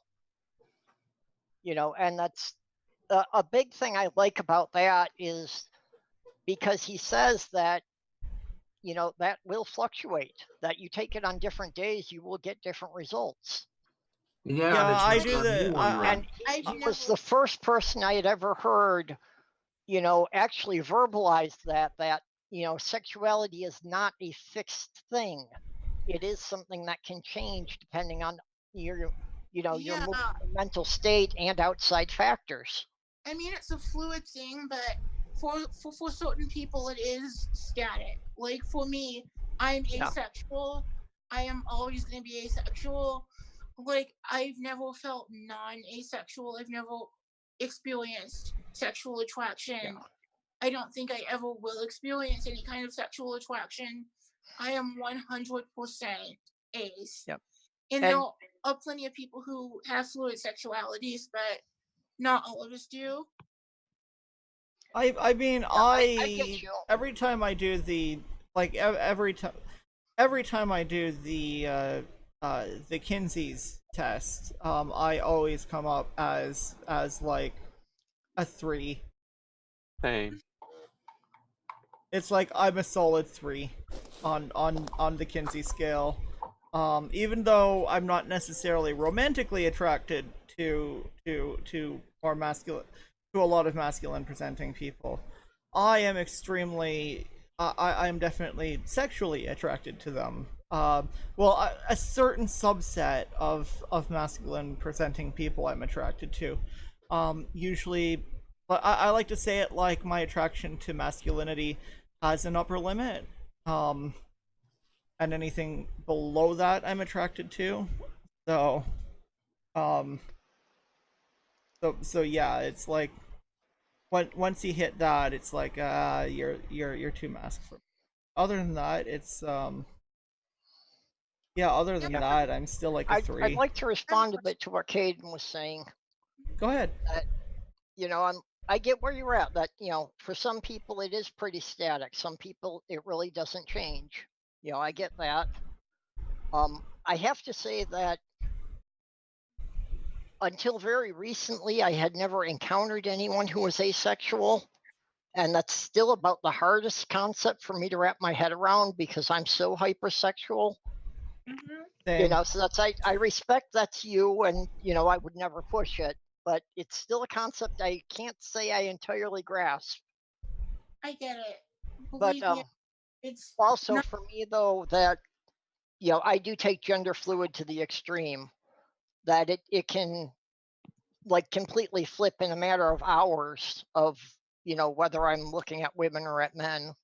Well, and I totally get that, and I respect your lack of knowledge because asexual is not a common sexuality, and a lot of us are living in the closet or at least not as visible as LGBT, sexualities. Well, we fall under LGBT, but we like, I mean, lesbian and gay and bi specifically, Hmm. we are not that visible because asexual dating isn't something that is as obvious. There's like two people of the same sex dating, and some of us don't date. Like my life partner is strictly a platonic, companion. He's a companion, but we're not in a romantic relationship. And so it's just a lot less visible. So I totally get the lack of understanding. Yeah. Well, and I can see how in public it would be completely invisible. If you're just a couple Yeah. out in public, no one's going to see that. Yep, exactly. And so I'm open to answering any kind of questions that people may have about being asexual. Something I'm very open about. Mhm. Something that Tria had mentioned to me a few days ago was about, although she's asexual, that some things could still be very sensual. Sensual in what way? Well, just as far as there were physical sensations she enjoyed, but just that there was nothing sexual attached to that. Yeah, I've spoken with a lot of ace. Sorry. Oh, I was just saying, interesting is what I was just saying. Oh yeah. I've spoken with a lot of ace people because I'm usually the first person to speak up once people start with the bullshit against ace people. But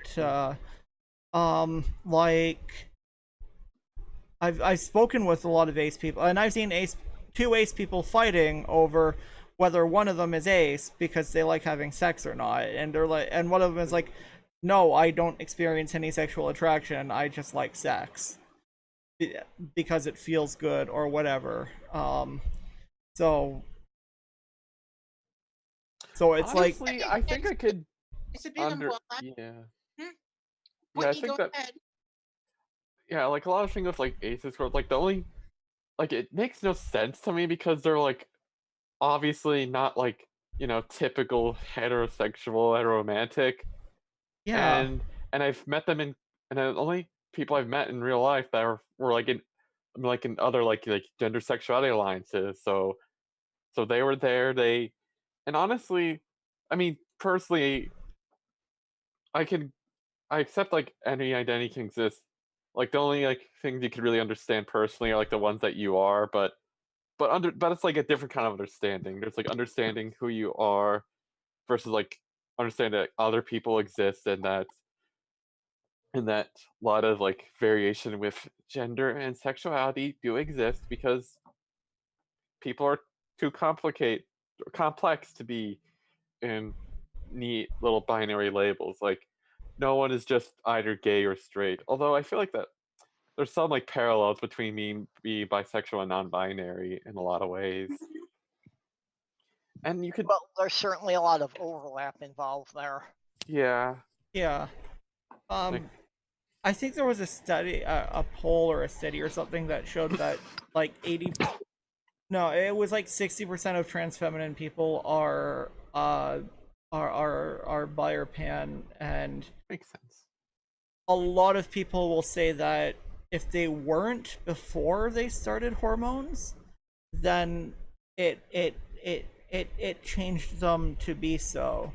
Now Yeah. there could be a social answer to that, and I would say that it's possible that both could be true, and that people are just more comfortable expressing, I guess, it would be being straight for a trans woman, when they were maybe not necessarily comfortable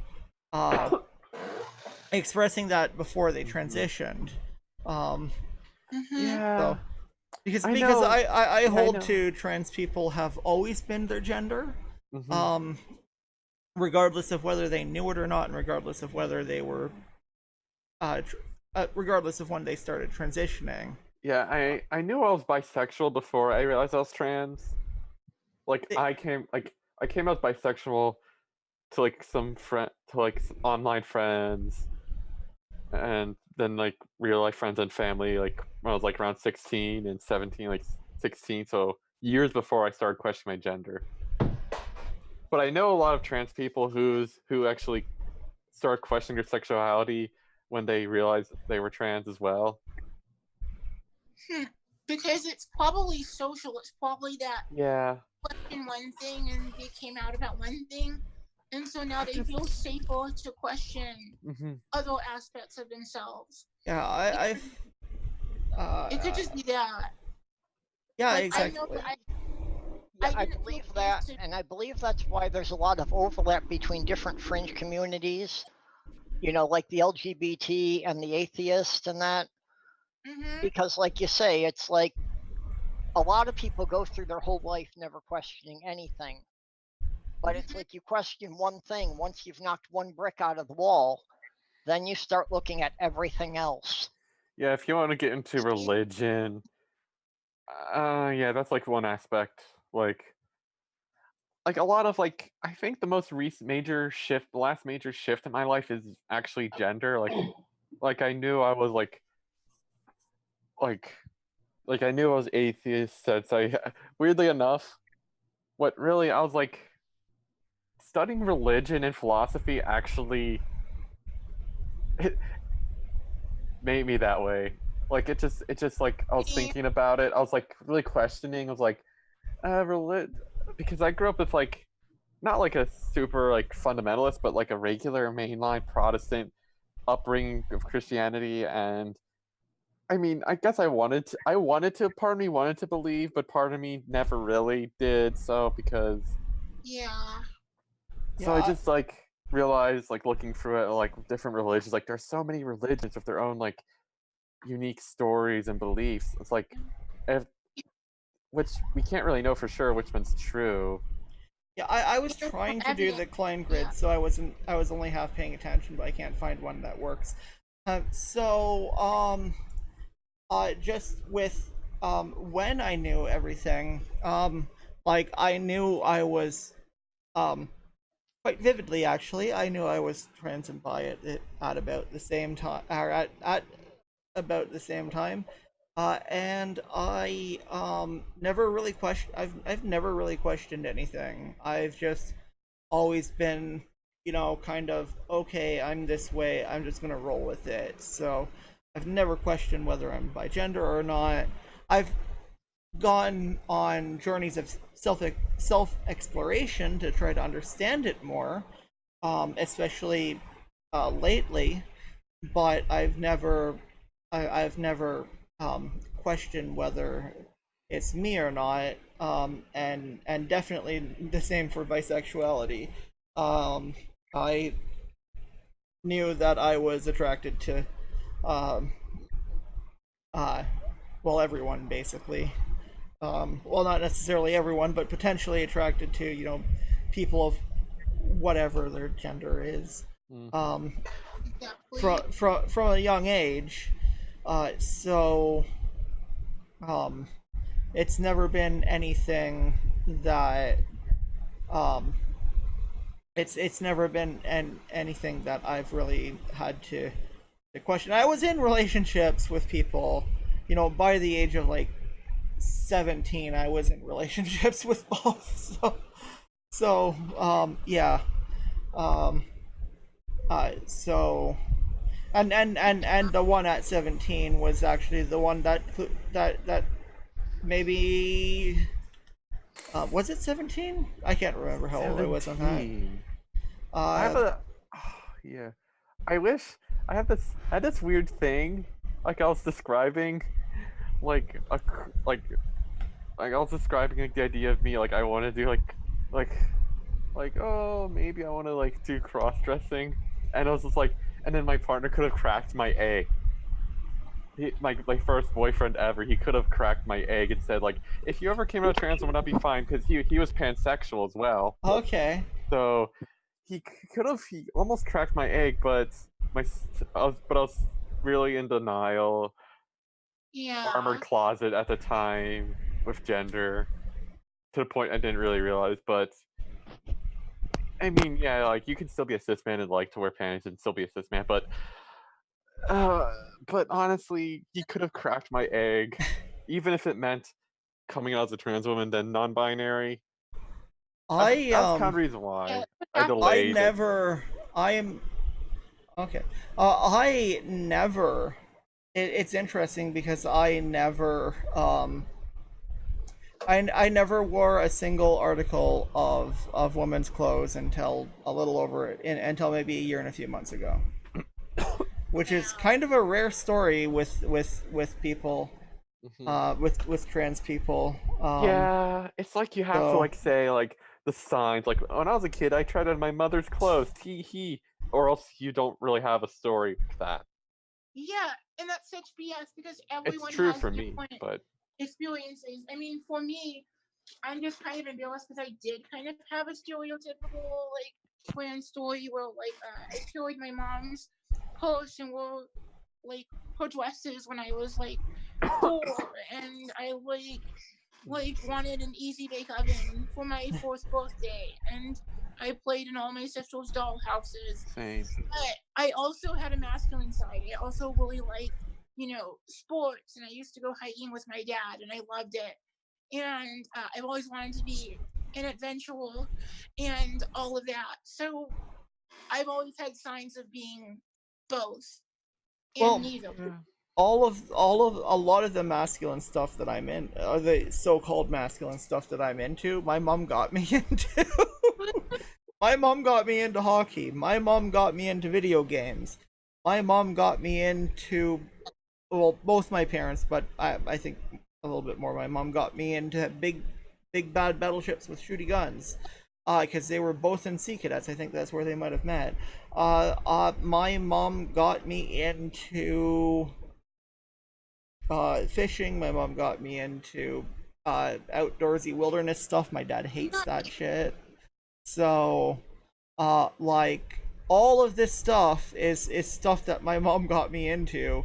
And okay, my dad likes big shooty ships too, and he likes hockey. Well, oh, he likes hockey up to the point of where he remembers that he's a Laughs fan. Um, so, um, and the reason I'm a Habs fan is my mom. So, like really, and like really, all of the masculine stuff that I'm into is more stuff that my mom is into, anyways. That's the big thing. Like, I come from a very conservative family, and so my mom was pretty much this picture of femininity, except for the fact that she had short hair. But aside from that, she was basically this picture of femininity. And my dad was, at least he put forth the idea that he was this super masculine person. So I thought that I was weird and wanting to be like gender nonconforming and all that because I just didn't see it as an option as a kid. But Yeah. I feel like now that I've transitioned and I'm openly agender, I feel freer now to engage in masculine things. Like now that I no longer look like a man and I'm no longer being seen as a man, I feel free to do all the masculine shiz that would have given me dysphoria before I came out. Like, climb mountains and go fishing and like, dig in the mud and watch Yeah. sports and get really into, sports games and all that.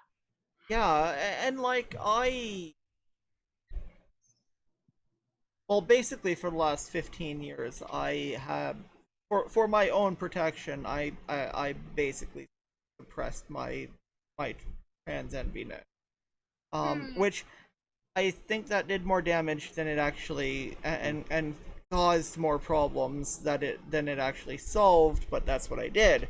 Yeah. So like I don't know. I'm weird with like feminine hobbies and stuff. Like I've given up on stuff like makeup because I suck at it. I still kind of want to do it, I've but I don't feel I persisted. need it.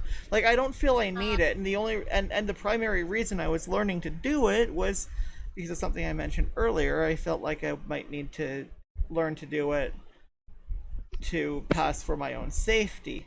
Now, I Yeah. actually was looking at some pictures of me in makeup, going through because on my Facebook I did a evolution of an envy, which I went through my OneDrive, and it was like basically pictures over the last year, and there was over 100 of them, and I'm like, I look really good with that makeup on in those pictures. So like He's- I might go it- back to trying to do it, but I have some, but yeah, I can't wear it at work, and I wouldn't have time to put it on before I go to work, anyways.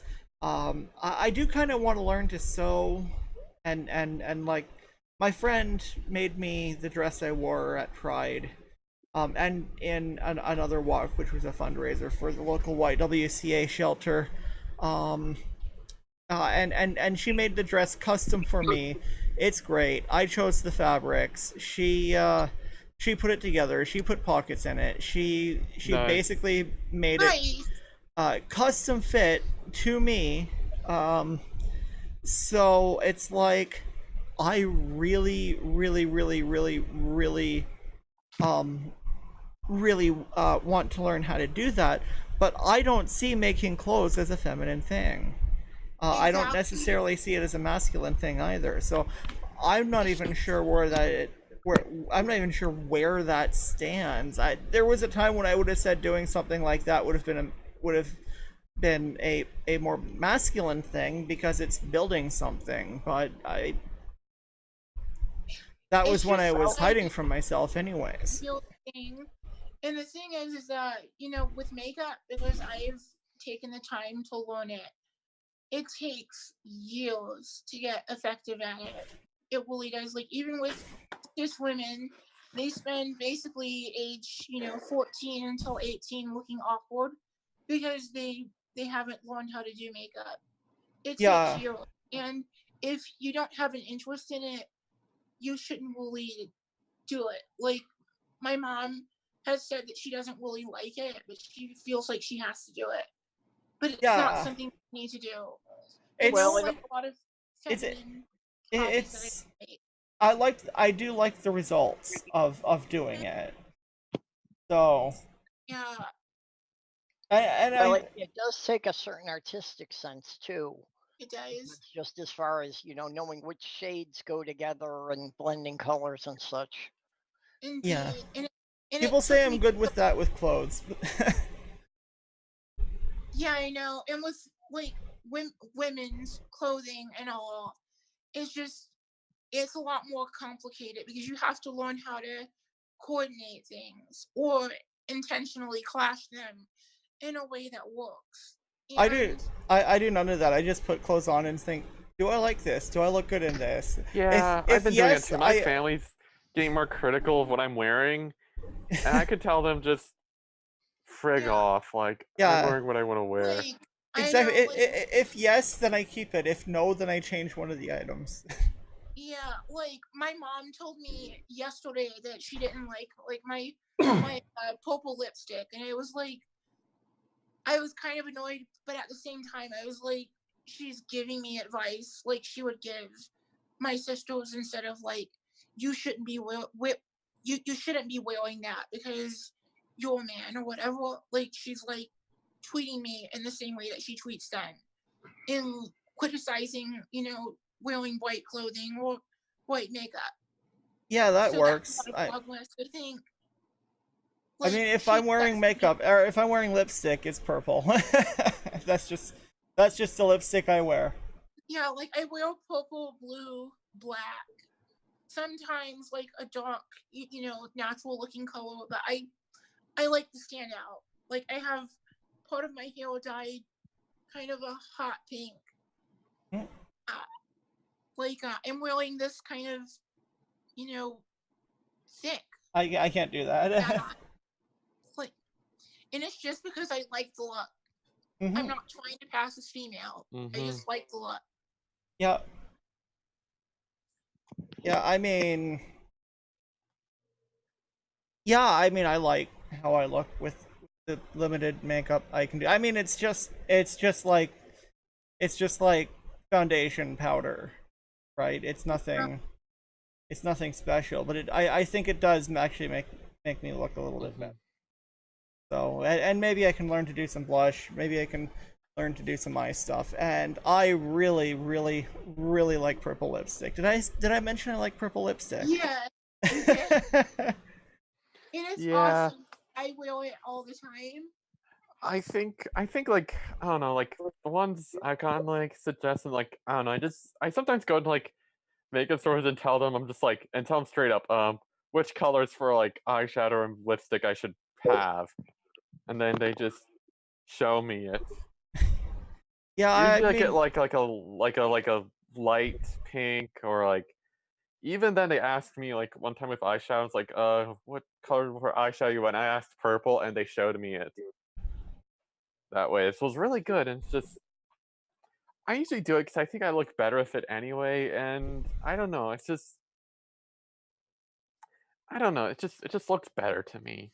to get a few of them have extra areas in their department for the higher end, for some of the middle higher end stuff, but a lot we have a drugstore chain here in Canada called Shoppers Drug Mart, and it's pretty where I've bought pretty much all of my makeup because they simply have the best selection, and there's one like a block and a half from me, where I also happen to go to pick up my prescriptions. So I get most of mine from there, and then people are always trying to help me, and I usually just turn them down. But I really need to, like, the hardest thing for me is eye stuff. I'm terrible with it. I was kind of too at first, but I got some help with that. Yeah, I know. Both with, I've tried to get some help. professionals and even like friends and family. Like by family, I just mean like both my mom and sister. Obviously, my dad's no help. Yeah, I mean, I have a few friends who are like if you've ever seen the pictures of my last year's Halloween costume, I have some friends who are absolutely amazing with makeup. But I just can't get them to sit me down and like teach me what they're doing. They've done my makeup exactly twice, once for Halloween, and another and my best friend Heather, she did another one on St. Patrick's Day just to make me look more green. So Nice. yeah, Like for me, the hardest part was eye makeup because yeah, it's so easy to like misdraw a line, make it not straight, and yeah. then you have to redo the whole thing. Like you have to scrub it off and redo the whole thing. So it's a huge challenge. Lipstick as well. I actually messed up here. Like there was a little part there that is uneven, but Yeah. it's just a lot of trial and error. It And is. I don't know. I was having like a bad day, so this is actually I think like the second or third attempt of the day, because I just woke up feeling dysphoric, and I literally cried off my eye makeup. Oh no. I had like this really there was many reasons. I just woke up just remembering this one dream I had that was so good. Like I finally had the body I wanted, and then I woke up and it wasn't there, so I like Mm. you ever had I don't know, I had that dream where you and then it was like very realistic too. And of course and then my like and then my s- and my sister and I just butted heads over like arguing like over just and then she casually misgendered me because she was so fed up or got annoyed at each other, and then she just doubled down on it, and then she had to leave because I mean she was kind of in a hurry. We were just sometimes that Yeah. happens, but Um, ugh. Whitney, Whitney, I am so sorry about that. Like, nothing is worse than being, mistreated by family and being singled out like that. And Yeah. she shouldn't have done that to you. So I'm really sorry that you had to go through it. And as far as like dreams, like I don't really have them. So Yeah, she later apologized, so that's good. But and I end up talking to my mom about it too, and then she's like, okay. So she's probably like the most sympathetic family member, but even so, she has a lot to learn. My mom just doesn't use my name. My mom doesn't like my name. I told her too bad. But she'll use my middle name, but she will not call me May. Yeah, No, she tries to call me May. She's dead named me, then use my first name, then use my middle name. Like all in, and just like Matt, May, Renee. oh my gosh, I'm sorry about that. No, Like, that's fine. That's it doesn't bother me. It doesn't bother me. I was actually kind of laughing at it. my mom has like just started to call me Kaden. Like she called me Kaden yesterday, and she had like a few weeks ago. But she is really coming around with accepting me. Yeah, And she's been calling me Kaden, and it feels so good. And I just want to be clear. My mom fully accepts me, and supports me. She just really, really, really hates the name May. Just to be absolutely clear, she just absolutely hates the specific name that I chose. Oh, that's why. That's why. I know that my mom said that she likes the name like Cadence and Kaden. Okay. And I'm sorry that you had to go through that. Oh no, it's fine. She actually uses my middle name, which at least someone is using my middle name, so it wasn't pointless in choosing it, which is Renee. The funny thing is, I had my middle name picked up for my first name. Okay. How did that happen? I'm interested. I don't know, because I was still thinking when I was thinking of like a name to go by. Like I wasn't really sure what I wanted. I was just like thinking about it, and then just like, it took a long time actually to like decide on some names.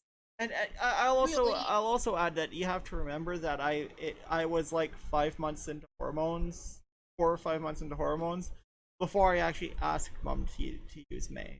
So yeah, I was like, I think what happened was I was like thinking of a name, and I had in my background for like a long time, but never really told anyone about except for a few close friends. And I was just like, I'm not sure about my first name, but I know I definitely want my middle name to be Diana when I realized it. And, and that's what I picked. Are you alright, Diana? You look a little tired. Well. And then, because I was thinking just around like, and then I found my first name, and then literally the day, and then when I had my first name picked up, I went to the courthouse to file a petition. Like, I finally have my name, let's get it. I finally have my name settled, let's get this done. That's like a really, like, I'll be honest, okay, I'm not super, I don't hate being dead named nearly as much as most other people. I mean, I still don't like it, right? When I had to go and get my knees x-rayed, I didn't like having to give them my health card with my dead name on it. But, you know, even the lab tech who was doing the x-rays was like, okay, you're obviously trans. Do you have another name that you go by? And you know, hey, thank you. yeah. So, like, it's not, and the hospital already has all of my records changed, and everything noted, even though it's not officially changed. Like, the local hospital has everything changed. They have my gender as female. If I go to a hospital out of town, I'm not going to have, you know, they're not going to have that record, I don't think, but at least the local hospital has that information. So even in at times like that, it's going to be it's not going to be a problem. And if I the only thing that I think might be an issue is if I lose my bank card again and need that replaced, or if I have to go into like my internet service provider, uh, I'd have to explain, no, I'm trans. But like, I can I can even just present for the time being. I can even just do my best to present as a guy, which I don't have any problems doing. It doesn't make me dysphoric or anything. I like doing it occasionally. Um, so it like changing my identification um, is kind of a really low priority, and the biggest reason it's a low priority is actually because I'm not the most wealthy person in the world, and I have better things to spend my money on. Because changing your identification for any reason is an absurd process. You have to send them all the documentation you currently have back, and I lost my birth certificate. So what I have to do is I have to pay the $95 a red tape fee to change my birth certificate, or sorry, to get a new birth certificate. And then when I get that new birth certificate, I want to turn right around and give them like another $150, so that they'll change my name and gender on the birth certificate. So, yeah, that's why it's on a low priority. It's just because I don't care enough to be bothered to spend $250 The thing to is, do like, it. it's far easier to change like my every record. The only thing that would be really impossible for really accurately change is like birth certificate, because I was born in a state that has That doesn't an like that. SRS requirement to change it. Oh, So I'm just like, I don't want SRS. And honestly, I don't see my birth certificate at all. And once I get my court order to have it around, I don't think it's really gonna matter, because I don't think I've seen my birth certificate since I was 13 years old. And the only reason why I had it is because they needed that in lieu of a passport. And once I get my passport change, it doesn't really matter. So it's like, I don't think it really matters. I literally can't change any of my identification until I change my birth certificate. I have to do that. Weird. Yeah, For that's some how reason. that's how Canada works. At least for like like people born here, that's how it works. I have to change my birth certificate first, but then changing everything else is extremely easy. I just go, nope, here's my name change, here certificate, here's my gender change. You can go ahead and change this now. And I'll just walk into the Ministry of I'll walk into Service Ontario and I'll be like, okay, change this. I'll walk into Service Canada and I'll be like, okay, I need a new excuse me, I need a new SIN card. Please give me a new which is social insurance number card. So please give me a new SIN card, and I won't have to pay anything for those. So once I get, and if I had a driver's license or a passport, it would pretty much be the same. So all I have to do is change my birth certificate, and everything else is easy. They'll just send me a new one when I ask for it. Yeah, I would have to, like, I guess once I get my name changed, court order, I'll send in my application for like a revised passport, and also I already have like on file my social security name change. Although I had my legal sex changed already through driver's license, so that was pretty easy. So once that's done, it will just be through that. Although my employer actually partnered with like the National Transgender Equality Center for Transgender Equality to send me $200 to cover my name change expense. So oh, nice. I mean, my employer is well, not my employer as a corporation, but my employer, as the local bingo hall, is just too poor to do that, and they wouldn't, and I don't think they would bother even if they wanted to. Yeah, But I work for working for this. I don't know. They're based out of San Francisco, so they definitely have that rainbow capital. They have that. They have that. They've been trying to commit to like LGBTQ equality. So at least they're oh putting their yeah, money where their mouth is. So I'm good I on you, mean Lyft. the That the is so the cool. Yeah, Lyft the and Uber are actually pretty. I don't know. They're a pretty LGBT friendly employer, nominally speaking. that's So good. I mean, okay, I believe when the owners of our company are saying that they, want to sponsor and support LGBT stuff and all that. yeah, like when Um, Lyft, I don't know, Lyft and Uber sponsor Pride. when They're actually sending.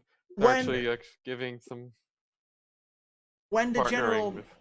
yeah, when the general manager of my specific bingo hall says that he does, he is purely trying to get people in the door. Hmm. So uh because he's been telling them to get on this LGB thing forever, in his words. Yeah, So I one of mean, the he's accepting, but he's accepting, I think, uh, uh, because he's supposed to be. Yeah, I and don't think they. he's unaccept. I don't think he's bigoted or anything. I just think that he's told he has to treat me this way, so that's how he's gonna. Yes, he's very by the book. So he doesn't think for himself when there's rules. Yeah, one of the things that's really bothered me is some of the companies that are very hypocritical about it. Like in Minneapolis, Coca-Cola had huge signs and banners up and this huge presence at the gay pride. But when you looked into the company's policies, they were anything but LGBT friendly. There were many cases of employees who had to file lawsuits because of the way they were treated. That's really shitty. Can I I mean, share something about employment? Because when I first came, wait, I feel like I cut someone off. No, go ahead. Okay. Yeah, when I first came out, I was fired within 2 weeks of coming out for being who I am. They didn't even really try to hide it. They just let me go. And I'm so encouraged to see that things are getting better, where people can be supported by their employers instead of being pushed out the door. I really appreciate it. yeah. It's been really rough. Had you been with that company for a long time? I had been there for about 2 years, and they had just given me a raise. Well, right before I came out, they had given me a raise, and then after I came out, I was out the door within 2 weeks. So you're doing a great job. Get the hell out of here. Pretty much, like literally right before I came out, like they were like, "Oh, we love you. You're essential to this business. Here's more money. Like this is so awesome." And then I'm like, actually, I'm not a guy. Call me Caden. All of this. Yeah. Actually, we need to go in a different direction. Yeah, that's like yeah, when I come out on my Facebook, nobody cared, and then I eventually was like, okay, everyone but people at work are calling me May. I hate having to use two names like this. So I went and asked for a name tag, something that I want to keep when I leave there, even though I don't think I'm supposed to, because that's an important thing to me. They can charge me the $10 for the name tag if they want. I'm keeping that thing. But Almost everything was fine. Like I just went to my boss and said, I'm trans because you were on my Facebook when I come out, which was the best coming out ever, I think. By the way, look me up on Facebook. So, I basically the first sentence was "fuck the speech, I'm trans." So, like I'm like, this, so I need a name tag. And he's like, yeah, sure. So the other office person in the room at the time, the first thing she said, and this actually turns out to be a coworker's son. Interestingly enough, the first thing this person said was, "Oh, I know someone like you. It's my granddaughter's best friend, who is also the son of a friend of someone who I work with, who's a friend now." So then she said, "But you're not using the woman's bathroom." Oh, And then I started using the woman's bathroom, wow. and I was like, and I was like, whatever, you're, and then there was a little bit of a kerfuffle with 90-year-old bingo ladies, not necessarily liking that. So yeah, we're in a weird place right now where I'm using the staff bathroom most of the time. But like we have to lock it's in the office and we have to lock the office. So I am like super annoying with it because I've drank so much coffee over the time that I've worked there, like 7 or 8 normal cups of coffee a day. I may not be on Spyro, but I'm peeing like it. So, at least when I'm at work and drinking like 6 or 8 cups of coffee, so the managers who have to open it for me are getting really annoyed. Wow. Which is kind of what I'm going for, because I'm at least annoying people. They might just go to Rob and say no. Wait a minute. What do you mean the managers have to open it for you? Well, okay, we have like a back office, and if there's no one in it, technically it's supposed to be closed and locked. Yeah. So when we're not open, I use the woman's bathroom. And actually before that, I was using both bathrooms. But now I refuse to use the men's. At work only, I refuse to use the men's on principle.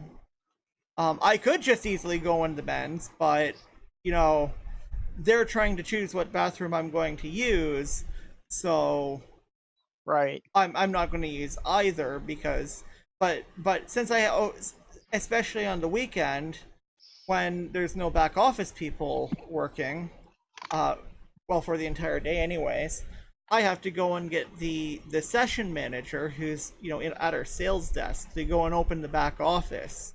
And they can get kind of annoyed because they're busy and overworked because we're understaffed. No. And I'm not part of this. I usually don't do the CSR stuff. I'm a cleaner, so I'm always off doing my own thing. So now usually we leave the door just locked but ajar, so I can go in and out if I need to. But I still have to get them to open it initially, and usually when I come back for my second shift, I'll need them to open it again. Yeah. And sometimes a third or fourth time.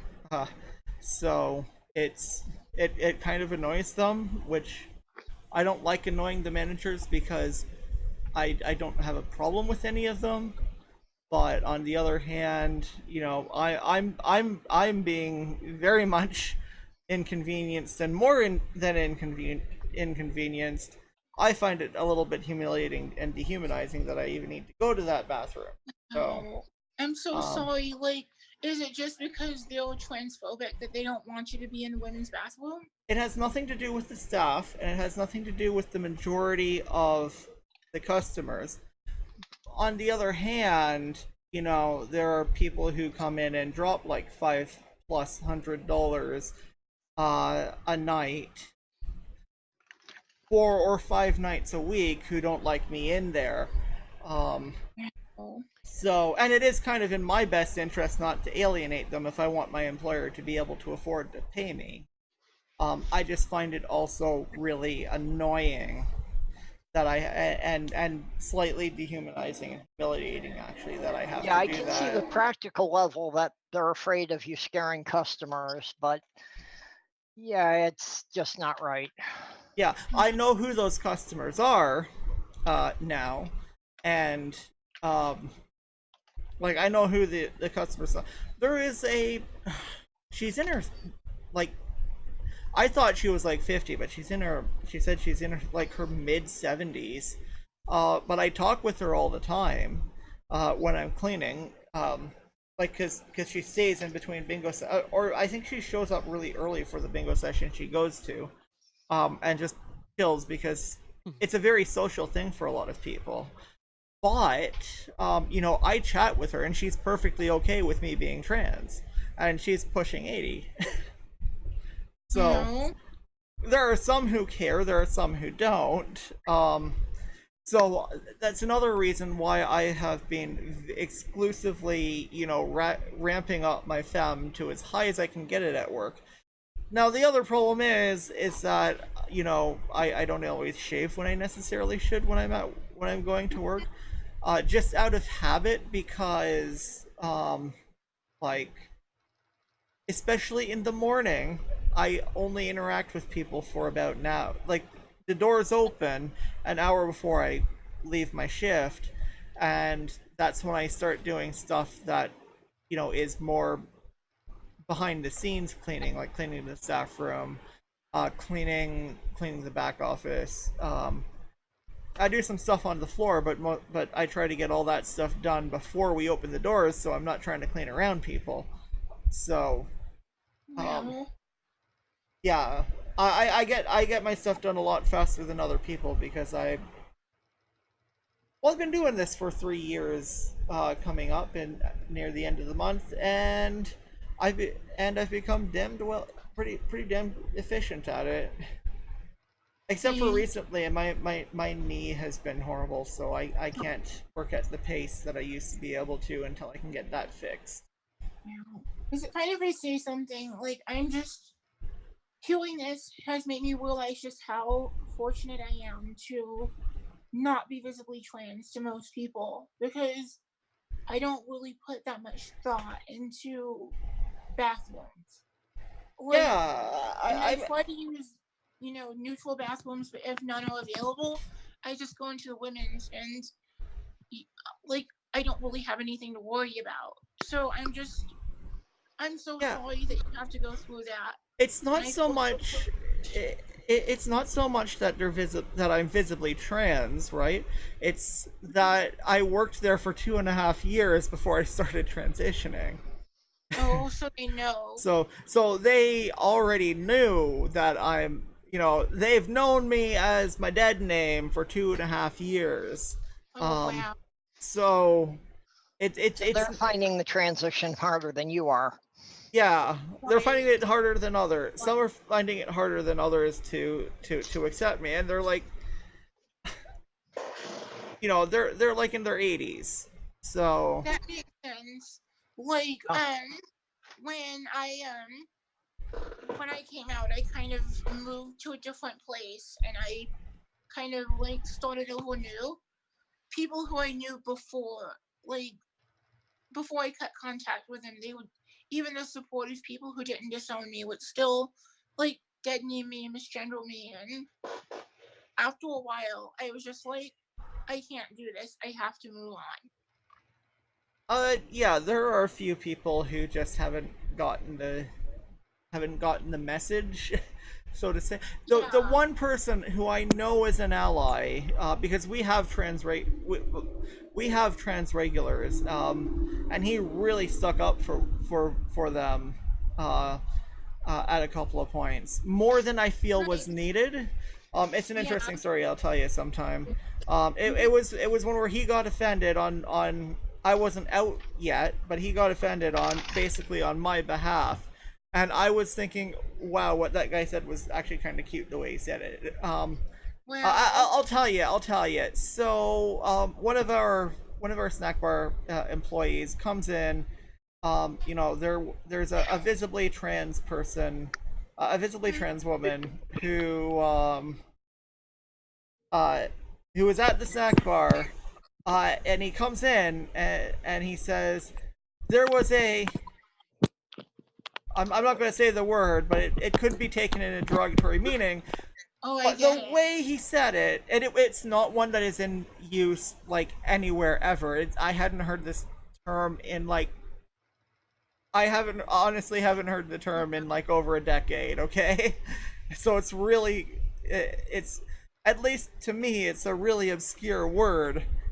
And the way he said it, he paused for a good 2 or 3 seconds, and you could see the cogs in his head turning, trying to find a word for a trans woman, because I guess he's never really been exposed to LGBT people, like Yeah.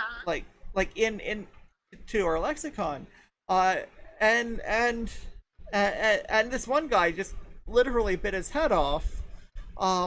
This very cis man literally was like biting his head off for it, and like the trans woman in the room, even though nobody know I am, is like chuckling at how cute the way he said it was.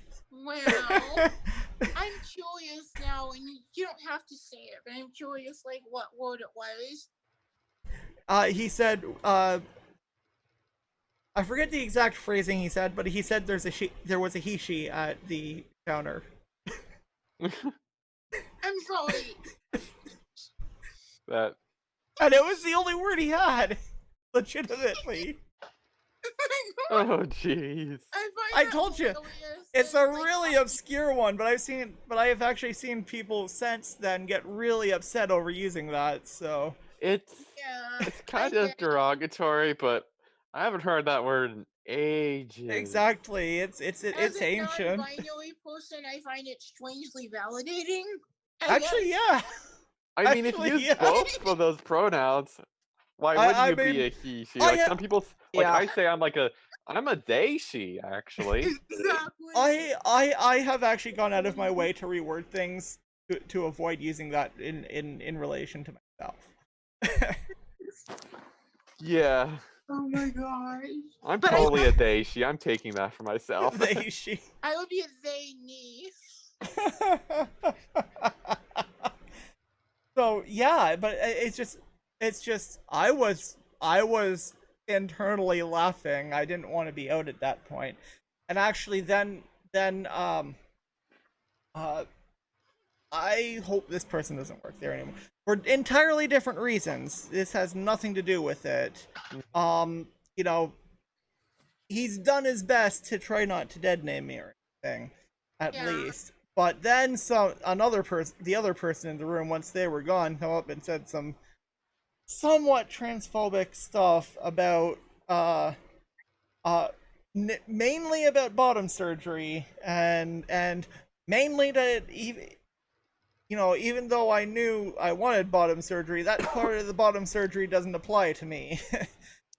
So I just was like shocked, and I'm like, well, it helped Yeah. some people, and laughed. I totally And get then it. like 2 months later, I come out. Well, I don't know if he noticed that I came out, because I didn't change anything. I didn't noticeably change anything. Maybe some new people might have thought that I was a gay dude or something. Which I was getting, like, when I started to, like, near the for the few months between when I for like we'll say 3 months before I started HRT, and a month after I was. It's one of those rare occasions where I was basically more of a gay dude uh than than anything else. Right. And like I'm bi, but like I'm usually not nearly as much. Instead of being a almost straight bisexual, I was an almost gay bisexual at that point. Mhm. And then like a month or two after I started hormones, that like insta reverse. It's weird. I went from being like, I really like dudes to nope, I like chicks again. I didn't Wow. Yeah. I didn't question it. I just like, okay, I like chicks again now. I think That is interesting. yeah, I think I've been more like leaned more to like girls and femininity even before I was trans, but it actually coming out like that as a feminine non-binary person, it kind of makes it a little more gay now. I Like I mean could my first relationship was with a guy, so yeah, same. Though my current Wow. one of my current partners, they say they're almost like a trans lesbian, even though they're pan, because they're usually more attracted to like women and feminine non-binary people. With the rare occasion, they might be attracted to a trans mask person, but we have a a we have a trans student. Pretty he would fall into my type. hmm I um think I attract a lot of like I used to. Weirdly enough, earlier in my transition, I attracted a lot more trans guys, okay. but not so much anymore. A little bit actually. Like I don't think. Although weirdly enough, I think. Well, I guess the I think replace like it's actually no my dating profiles are kind of similar, bit more girl, bit more trans girls now, and replace and actually for cis men replace any gay men with with like cis straight men. Like some straight men are talking to me now, like on dating apps. It's kind Okay. of Wow. weird. Yeah. I don't really use dating. Yeah, I do because Like because I have like no social skills IRL. neither Oh, do I have I. no social skills at all. Like I none. mean, The only I people haven't who I I attract are haven't on different I have an continents on and off apparently. relationship with them with like dating apps. Sometimes I'll like go months without using one, but then I'll just log onto it, see what happens. I don't use Tinder because I'm pretty sure I got banned from it because some someone reported me for being the wrong gender search section, like pretty transphobic. That Yeah. happens. Yeah, they need to fix that. Yeah, Yeah. it's Like and I mean, and it's always the right gender for me, but it's also yeah always the wrong gender. yeah. Grindr's a meat like market, yeah. so I'm not. I'm not that overly sexual, especially since I'm both on HRT and antidepressants. So I'm trying Yeah. to. My sex drive isn't enough for Grinder anymore. Oh gosh. Like Although, That's definitely not my thing. yeah, and I mean, I and I also have a lot of trust issues anyway. Even actually before I started that, I still rarely used it anyway. I've kind of developed them after my last attempt at a relationship. Um, Yeah, that I mean, ended that ended really poor. I I I don't know. Everybody who's shown any interest in me lately has been trans. So now. yeah. Like I'm dating I've someone met who's totally cis, but like I with trans men, I feel almost like they're me because I meet them and they either think that I'm a trans woman or they think that I'm a cis woman, and then they're like, "Oh, your name is what? You identify as what?" Oh, like, and it's just like they sense that I'm, I guess, I mean, not like them because I'm not a man, but somewhat like them, in that like I'm not trans femme in the way that they were thinking I was, and some like many of them are totally accepting, but some of them are kind of uncomfortable by it. And like one of the people who has made it their mission to misgender me is a trans guy in his 40s, and he's always like using, oh, Miss Caden, she, Yeah. and it's just like, Beatrice. why? But it's like he's trying to put me in a place where his brain can like understand it. Like he's trying to put me in my place. He Yeah. sees me as trans femme, and he's like really trying to push me toward that. Is he a true scum or is he just an asshole?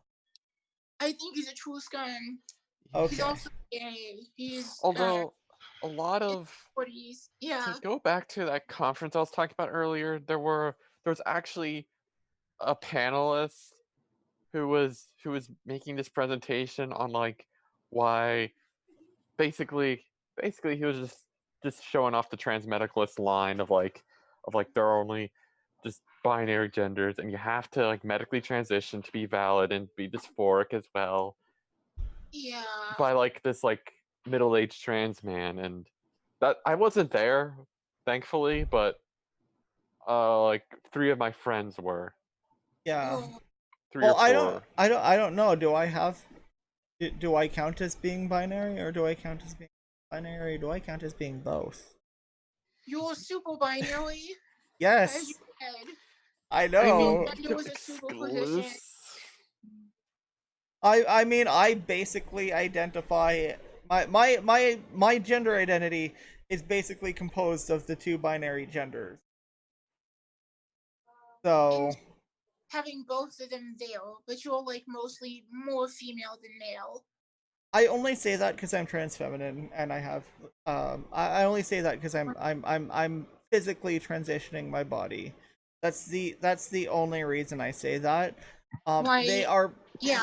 I see myself on things other than my physical appearance as being like 100% I see myself as being 100% man and 100% woman. Which is why I say I'm super binary. Like, and that is, that's just a way I'm, and now, like, that's just the words I'm using to communicate it. That's it on a very basic level. That makes total sense. So, Like, for me, I could call myself trans feminine because I'm on estrogen, and I physically transitioned to at least physically female. But I really don't like using that term in reference to myself because it puts me into a binary identity that I just really don't identify with. Like, I'm agender, and it doesn't matter what my body looks like or what hormones I'm on, what surgeries I have. It doesn't matter if I completely do an MTF transition, which is what I did. I'm still not female. And to call myself trans feminine, it feels like misgendering myself because I'm not okay. feminine and I'm not masculine. I'm neither. I That only sounded like use, kind of a confused okay. no, it's not confused. So I only use the term in relationship to my transition. I don't use it to say that I don't use trans feminine to say what my gender is. I just use it to say that I'm changing my body. And I'm really haven't done any sort of like attempt outside of like changing my name, pronouns, and attire. I haven't, I like to say that I did all of my social transitioning, when I was in my late teens and early 20s. Wow. Like I have, I've always talked. I've pretty much always talked like this. My personality has been pretty much always been the same as it now. I'm presenting things to people differently, but I haven't changed anything except for except for in general how much masculinity and how much femininity I'm expressing. Right. Um, And like, oh, I want you to finish. Oh, is it okay if I go ahead? yeah, go ahead. Yeah, the way that I've always understood trans feminine is that you're transitioning from a masculine place to a place of femininity, and femininity being like those things that society considers to be feminine, like makeup, dresses, long hair, shopping, um, painting your nails. Trust Um, me, men shop. right, exactly, They just shop exactly. at different stores. Yeah, I think it's just. I Indeed. think like saying like trans feminine and also trans masculine are just like saying like MTF or FTM, but more like but ways that can include non-binary people. Yeah, that's kind of how I use it. Like again, I use it Yeah, only to talk about what I'm doing with my body, I'm trans and feminine not because anything my else. gender is partly feminine as well. It's like a non-binary but feminine way, like feminine non-binary. So Yeah, And I just like want nothing to do with masculine or feminine. I don't want to be anywhere in relation to that binary. Like even trans feminine to me would be like I'm moving from the boy side to the girl side, and I'm being woman aligned, even if I don't identify as a woman. And like I'm transitioning to woman aligned, or at least a more stereotypically feminine place. And I really don't like that for myself. Like yeah, not for you, but for myself. I want to be truly a gender, like removed from it all, if that makes any sense. makes yeah. sense. I mean, yeah. To me, it's only to be blunt, and a little bit crude. To me, it's only about tits and ass, and I mean mine. That I need. So yeah, I'm starting to get Yeah. that. I'm Yep. starting to get that just a little bit. I Yeah. I need to Same. I need to get my hormones to stop being fucked up. Yeah, So I just like being on estrogen myself. Although I should probably go for the secret menu item next time I see my hormone therapy Mhm. clinicians. yeah, are you in for progesterone? When I next time when I see them, I'll ask about it. I'm trying to get my doctor to give me progesterone, Yeah, but I think she's Planned coming from a Parenthood good or HRT place. services could prescribe it, but I'll definitely They will. ask about it. They Yeah. If will. they Like, don't, they could refer to me to someone who does. But at the very least, Yeah. they could. My It's just I'm my on. doctor is just really cautious with it,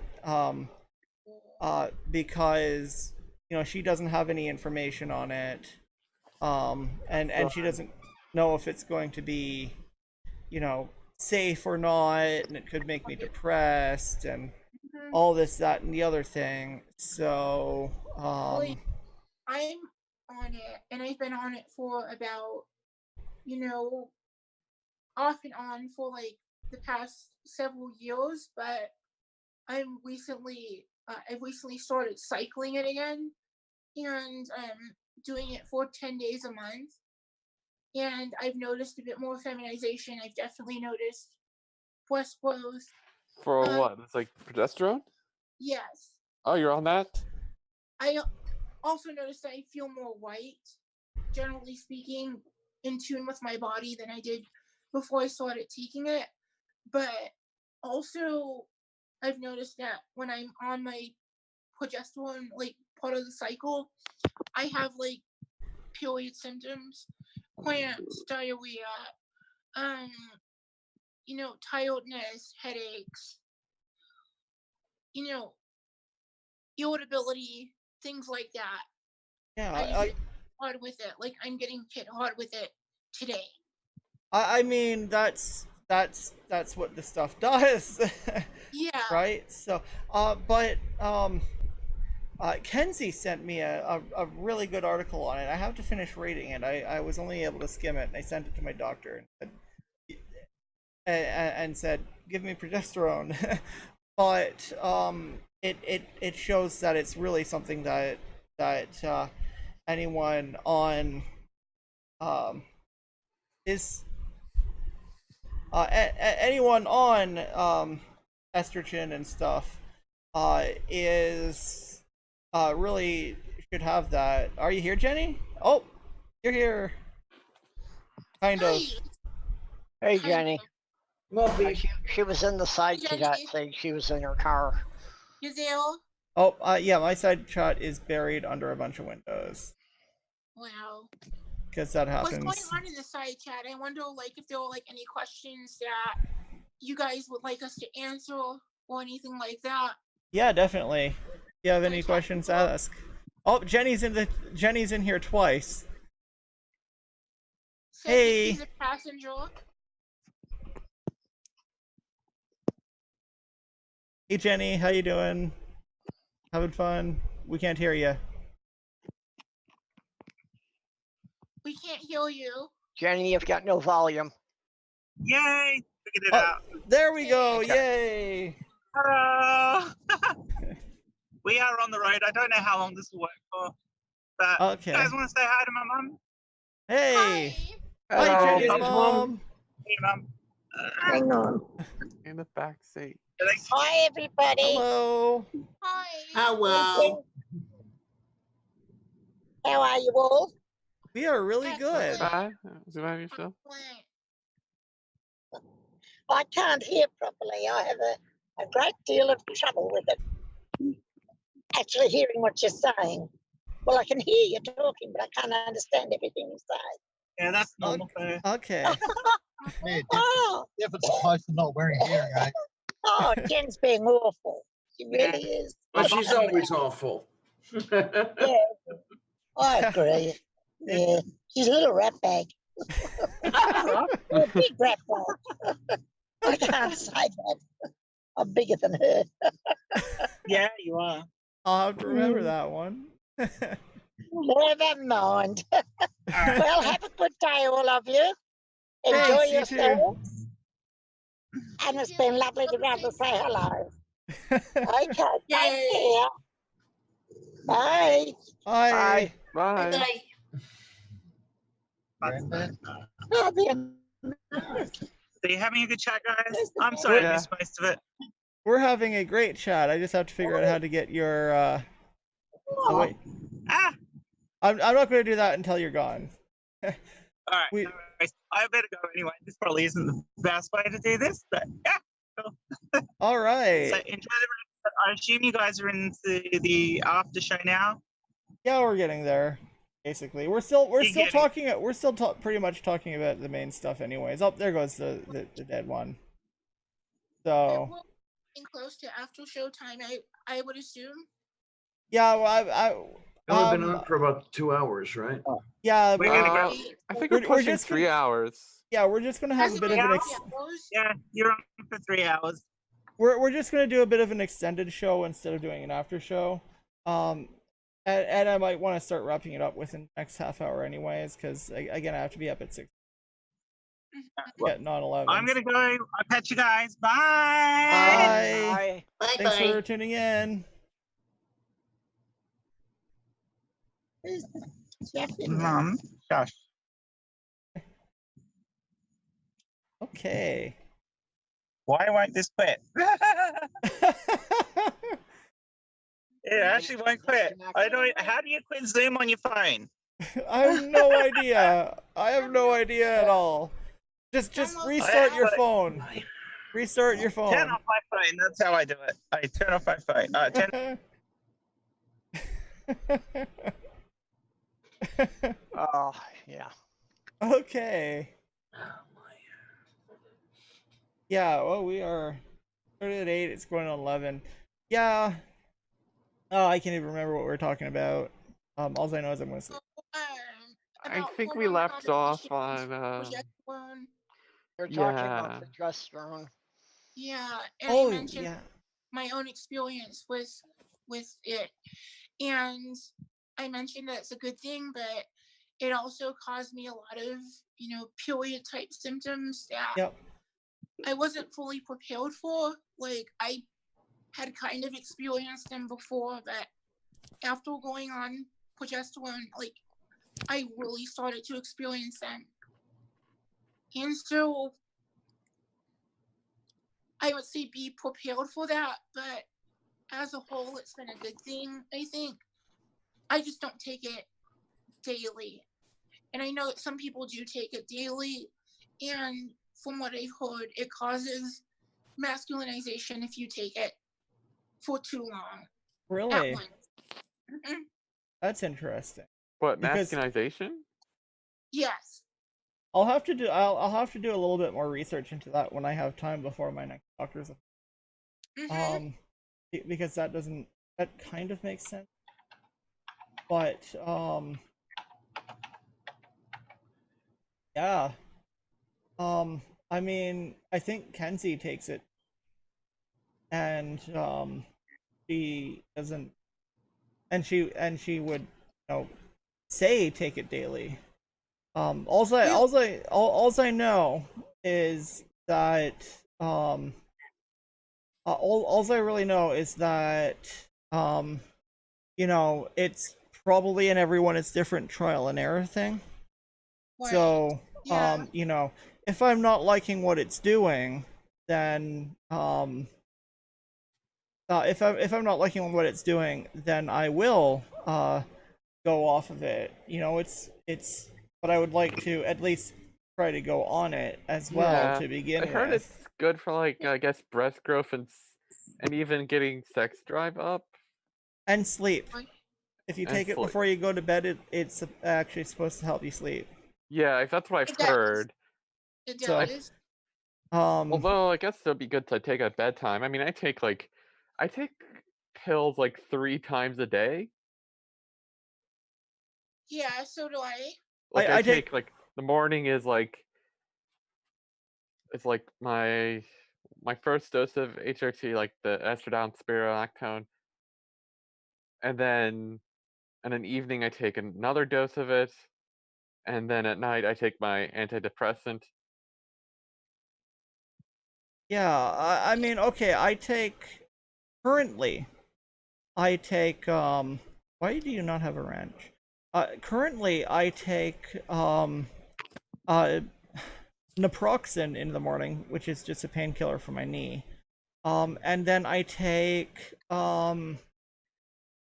and then every other day I take 25 milligrams of Cypro because I'm sick of quartering the pills. Um, so like I'm just taking some of that instead, or just taking it a half a pill every other day. Yeah. This stuff has a 40-hour half-life, so my doctor told me that's okay because I couldn't quarter them. Then I got a pill cutter, but now that my testosterone is as low as it's ever going to go, I feel more comfortable taking it every other day, but double the amount. Um, but like I'm on estrogen patches, so I don't like change. Like I don't have to take pills for that. So really, I take pills 1.5 times a day right now, unless I like need some allergy meds. Yeah. That makes sense. Like I just take my anxiety medication and then I also take, estrogen, spironolactone, and progesterone as well. I would probably take my. I don't know. Do you need to eat with the progesterone? You can, but it's not necessary. Okay. I always take it when I first wake up is when I take it. Okay. So, Yeah, I just take it like as first thing when I remember it, and then I take it around like I think like around like dinner time, which is like usually like 5:30 p.m. Like although I also said on the label I had like not to take it before 6 p.m. or else you'll wet the bed or something. Oh yeah, I could if I cannot handle Spyro, but I take like I would if I was on progesterone I would take it before I go to bed because I have, especially right now, I have crippling insomnia. So Yeah, I like I can go to sleep within half an hour of going to bed usually, but then I stay awake, but then I'll wake up at I'll go to bed at 10:30. I'll wake up at 3:45 and I won't be able to get back to sleep, and then I go to yeah, work for 8. that happens to me too. It's just part of life. But with spironolactone, like it's never had that kind of a diuretic effect on me. It just hasn't. I've never experienced like needing to pee because of Spyro. What dose are you on, if you don't mind saying? 300 milligrams a day. How much? 300? 300, yeah.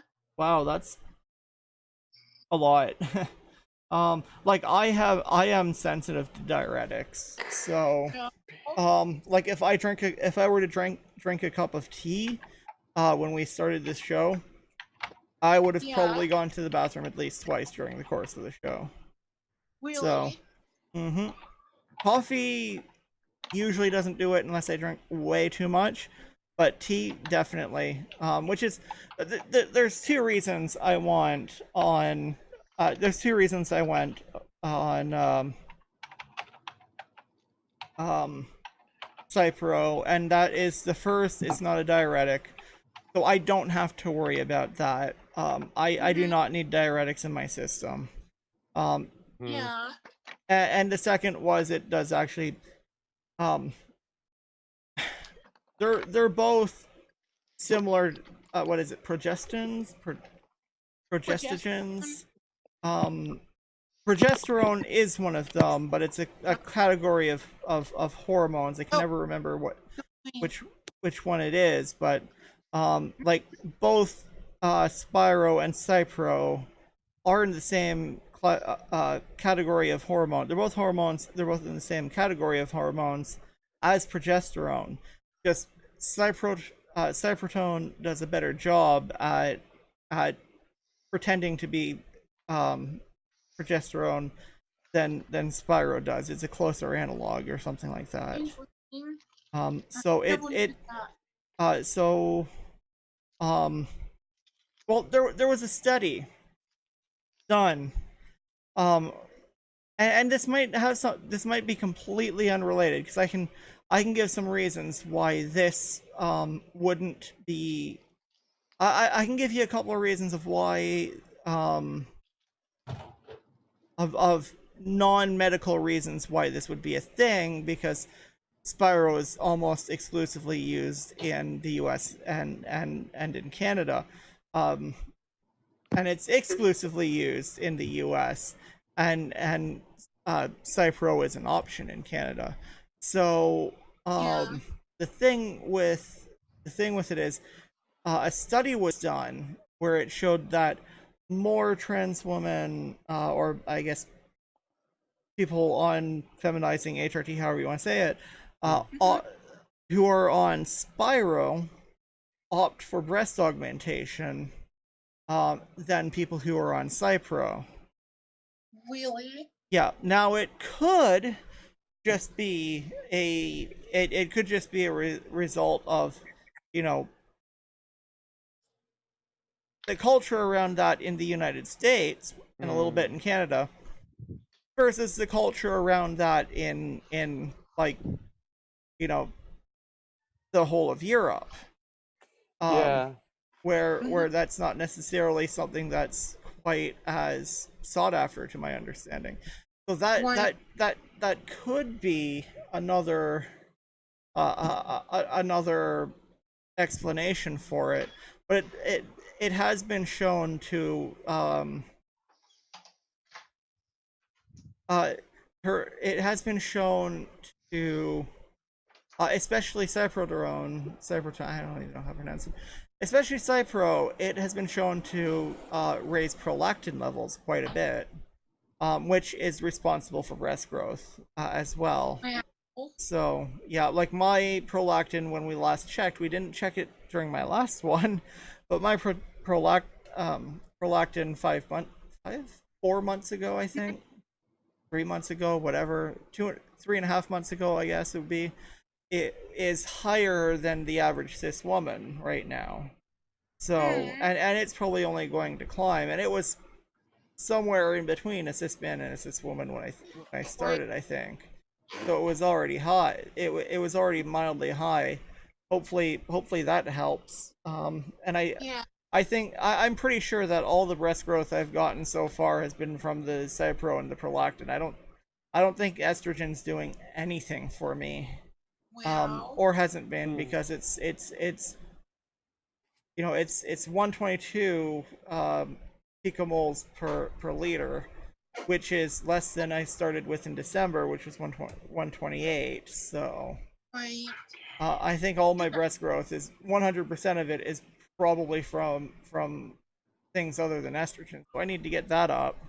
I actually finished my estrogen pills. I was keeping them as a backup, but I took them as a supplement to my patches. And I'm actually leaving patches on longer than they need to be on, instead of just up and changing them all in a desperate attempt at getting my estrogen a little bit higher without having to pay more to do it. I'm on 6 milligrams a day. Last time I started, like I just started that. I'm on 4. Yeah, they didn't they kept my spironolactone the same dose when I started. They Yeah, said that would be better for me based on what I wanted. it would be better for it. I think that we want something similar. The way I see it is that having the way I see it is that less suppressing my testosterone is good for me now. Getting rid of as much of it as I can is good, and then stopping taking it later is going to be good for me, better for me in the long run, because testosterone does prevent feminization directly. And Kadama just mentioned that in the chat. So like, I'm putting up with the I'm putting up with the I'm not quite a fan of what having no testosterone is doing. Yeah. So I'm basically putting up with it for another 3.5 to 4 years, until I can get my my body where I want it, and then it's like bring it all, well, as much of it back as I can get. I don't need it to go back up to where it was, but maybe 5 to somewhere between 5 and 10 would be good. I did have a small question.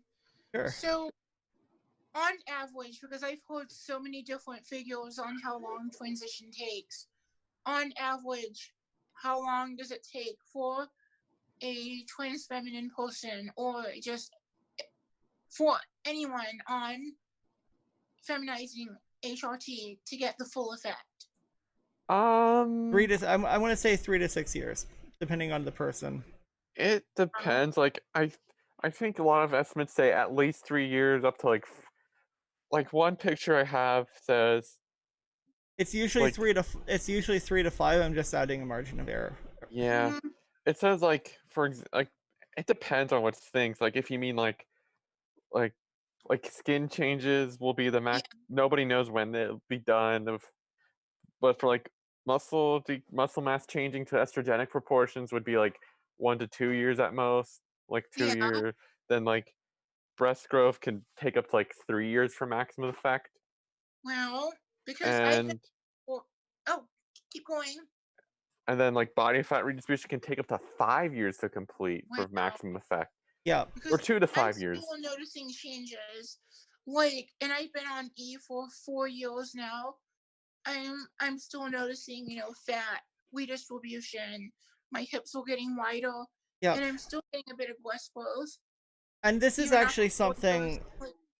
This is something that we don't necessarily realize as trans people, but I've spoken with people, like with this woman about it.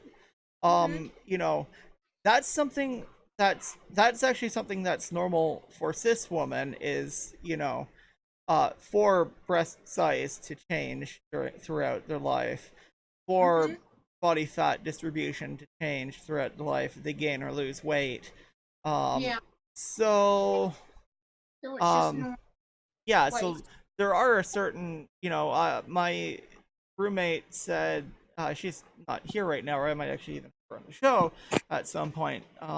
She's only here for school year, but I even said, before she lost a lot of weight, she had a double D, and now she's a C cup.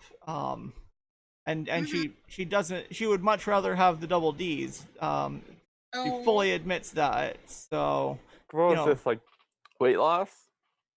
She had to lose a lot of weight really quickly for health reasons. Oh yeah, I'm sure. So Because like that's the one thing too. It's like a lot of breast tissue is also fat. So if you're burning fat, you could like reduce your bust size too. yeah, Like yeah, exactly. But like even the then, breast it's like- tissue stays. The breast tissue stays, but the fat can go.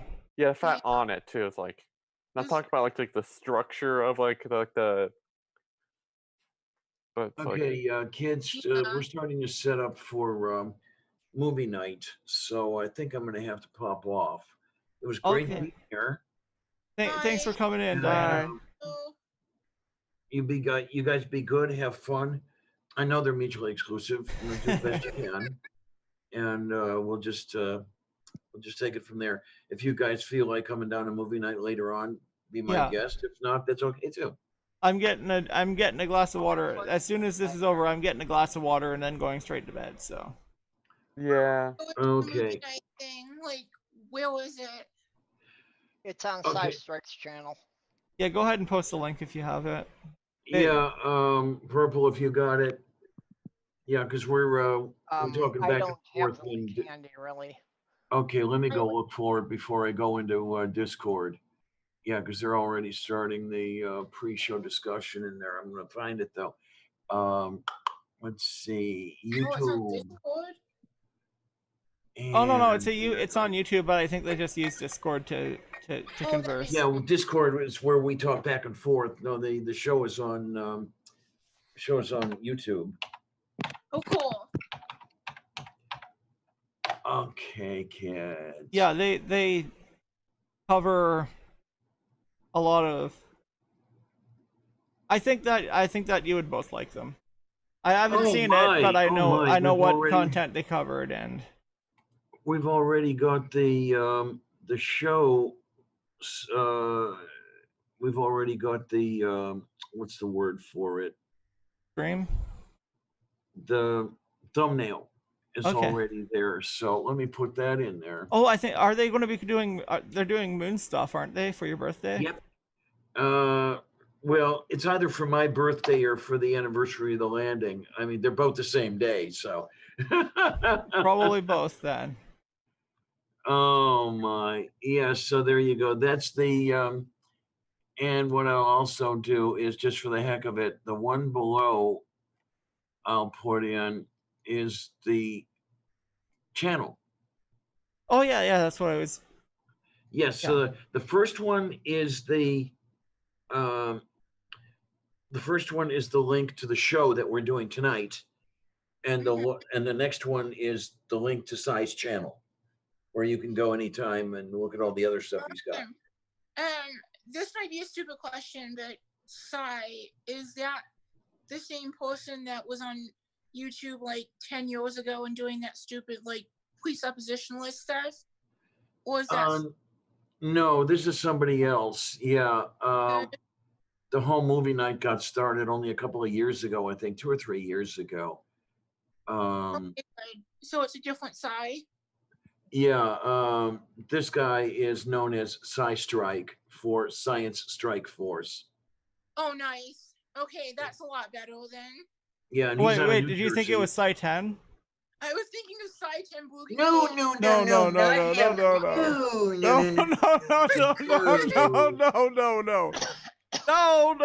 No. They probably have covered Sai 10 a few times on their movie. We night. most certainly have.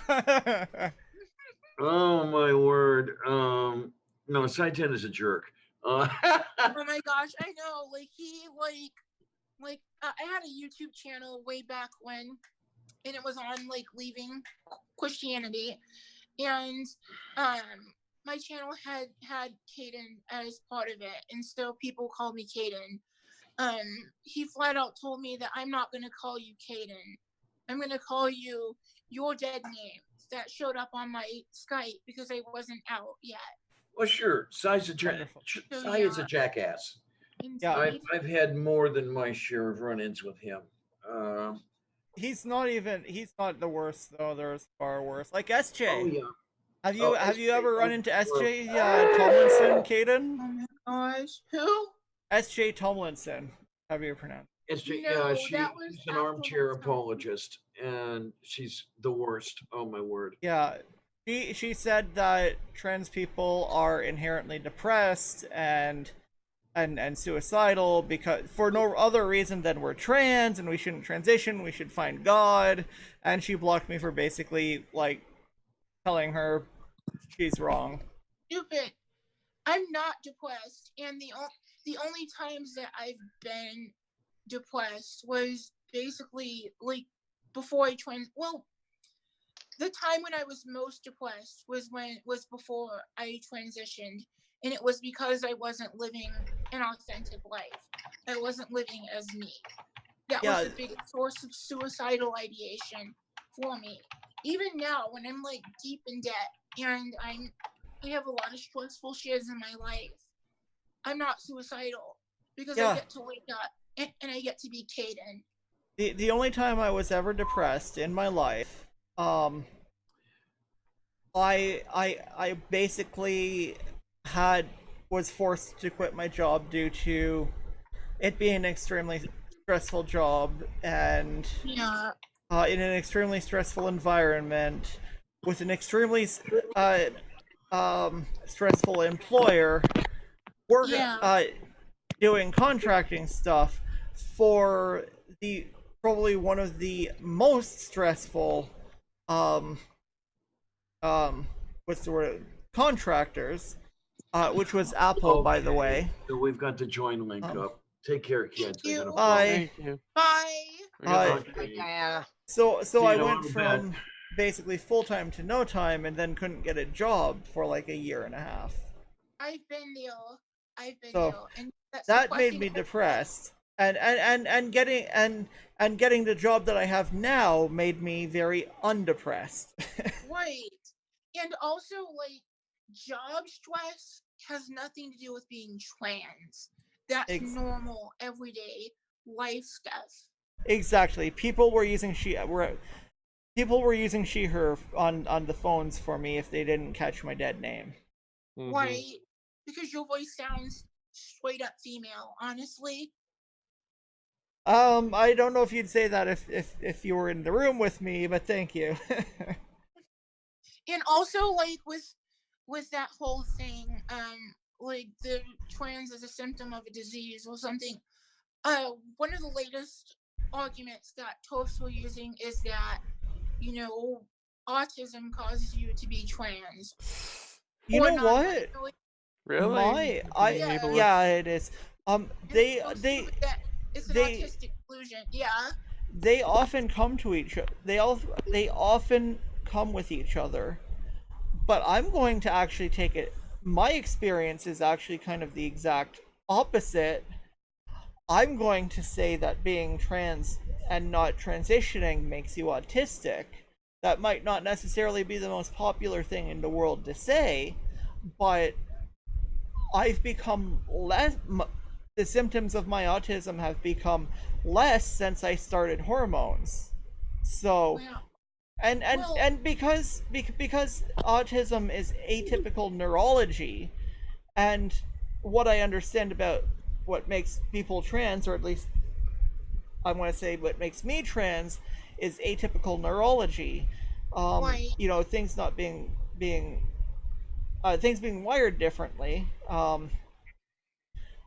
I could make a reasonable proposition that for trans people who are also autistic, if you have the right hormones, that will lessen the symptoms of the autism. Now that's purely speculation on my part, but that's my experience. Would you say that you're neurotypical at this point? Oh, but I'm. I would say that the symptoms of being autism, like being, horrible. Most of my autism has manifested itself in social problems. and since I started hormones, those have drastically lessened. I got none of the cool stuff that for being autistic. I just got the bad stuff. Is it fine if I ask you something else? And if this is too personal, you can absolutely tell me to shut up, and I'll shut up. There are no questions I won't. There are no bad questions, only ones I won't answer. Do you have Asperger's or autism? Because recent studies have shown that they are entirely two different conditions. Recently, recent studies have shown that Asperger is part of the autism scale, and that there is no clinical difference between high functioning autism and Asperger's. They've just been diagnosed by two different people. There was a study done by a Canadian researcher named Duffy, and it was in 2013. And they did an EEG brain scan, and they showed structural differences in between the brains of people with Asperger's and the brains of people with autism. And I can actually send you that study because I'd be interested in seeing that research, because the DSM-5 has basically eliminated Asperger's as being a separate condition.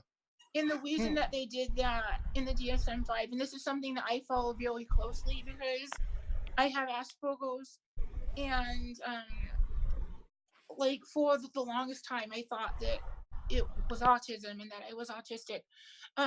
So I really looked into this issue, and like they clearly showed a difference. What happened with the DSM-5 was that a lot of political autistic people, like, and a lot of political aspies push to have Asperger's merged into autism, and it was a political decision. It had nothing to do with the actual science. No, Okay. I'd have to see the research on that. I can send it to you if you'd like. Yeah, you can send it in the chat or like under here or Twitter, like probably. Definitely. I definitely want to read down myself, because as someone who's like has gotten like many labels thrown around, I just say autistic because most people know that more, and honestly, I feel better with that because out of very personal experiences. Because I would say that because at best people might make like Asperger's jokes, or even say like, oh, he was like wasn't he like a Nazi guy or something? I'm just like, yeah. although that's like a bit of a can of worms topic in itself. The person I thought that the person who first diagnosed Asperger's was Australian. So they might be talking about a different person. Well, Austrian, not Australian. Oh, okay. I make that. Sorry, Jenny. But that got incorporated into Germany, and he like apparently supported the Nazis and collaborated with them. He collaborated with the Nazis. Okay. He was not a good guy at all. No, I mean, I just say I'm high functioning autistic just so I can say I'm high functioning. Well, last thing on this topic that I wanted to say is that, and this is anecdotal. It's completely anecdotal. But I've noticed that a lot of non-binary people have high functioning autism or Asperger's. Like, of all the NBs that I've met, like, and talked to both in real life and online, maybe like probably about 10 of them had Asperger's or autism, and about 3 did not. Okay. And I wonder if you notice like the same thing in the non-binary community. So I'm gonna I'm gonna drop a thing in the chat here, in the what is it, the I'll put it in the chat on a study on my gender identity, actually. Well, it's one that is associated with my big overlap between the non-binaries and people on the autistic spectrum. But I have also known a good number of people who are autistic that don't necessarily have any kind of trans or non-binary gender issues. Yeah, Although a my lot of my autistic people I know myself, even if they aren't non-binary or even trans, they're definitely in the LGBTQIA community. Like I think it's like overrepresented like among like the autistic and Asperger's, like whatever you want to say. Like, autism is and Asperger's, if they are actually different, yeah, are overrepresented in trans people. yeah, or But like even among like LGBTQ people in general. Like a lot of my like friends I made in like my autistic special classes in high school turned out to be like queer of varying identities, even if they were cis, they were like gay or bi okay, that's or interesting. ace. Like, Um, so I put a study, and it's just more of a hypothetical study, but there was a couple of surveys and stuff done on it. I can't get through the paywall, so I can't read the whole thing. But it's on alternating gender incongruity. oh, Now, that's this, what I was. That's what I yeah, was thinking of. Like, I don't know. I'm in this like this forum message board I regularly on, and there's one person who I don't know if he would accept it or not, but he's like, why is there no scientific acceptance of example blah blah blah blah of non-binary people, and people have gave that to him. I have, and he still won't listen. yeah. So It's just this, transphobic. yeah, really. What this has is it shows. Now, I am pretty sure I have this. It's on that monitor. I am pretty sure I have this, but it doesn't cause my gender to change. It just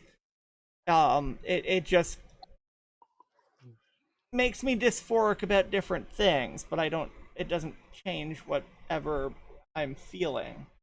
Um, so it's weird. I have most of the symptoms of that, including the phantom limb genitals. I don't necessarily like talking about that one, but I have a lot of it.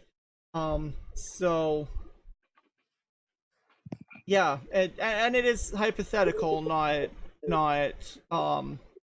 I don't think it went past that, but this very much describes me on that level.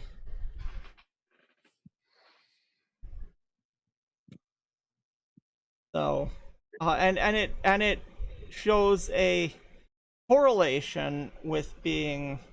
I don't think it has the numbers in this. It has the numbers on the bigender Wikipedia page, which I'll go and look at. But it shows a correlation, a strong correlation between bigender people and autism. Yeah, I'm just not sure if the correlation goes the other way.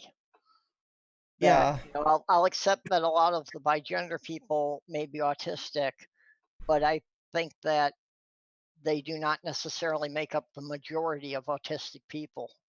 Mhm. Yeah. What I would say is that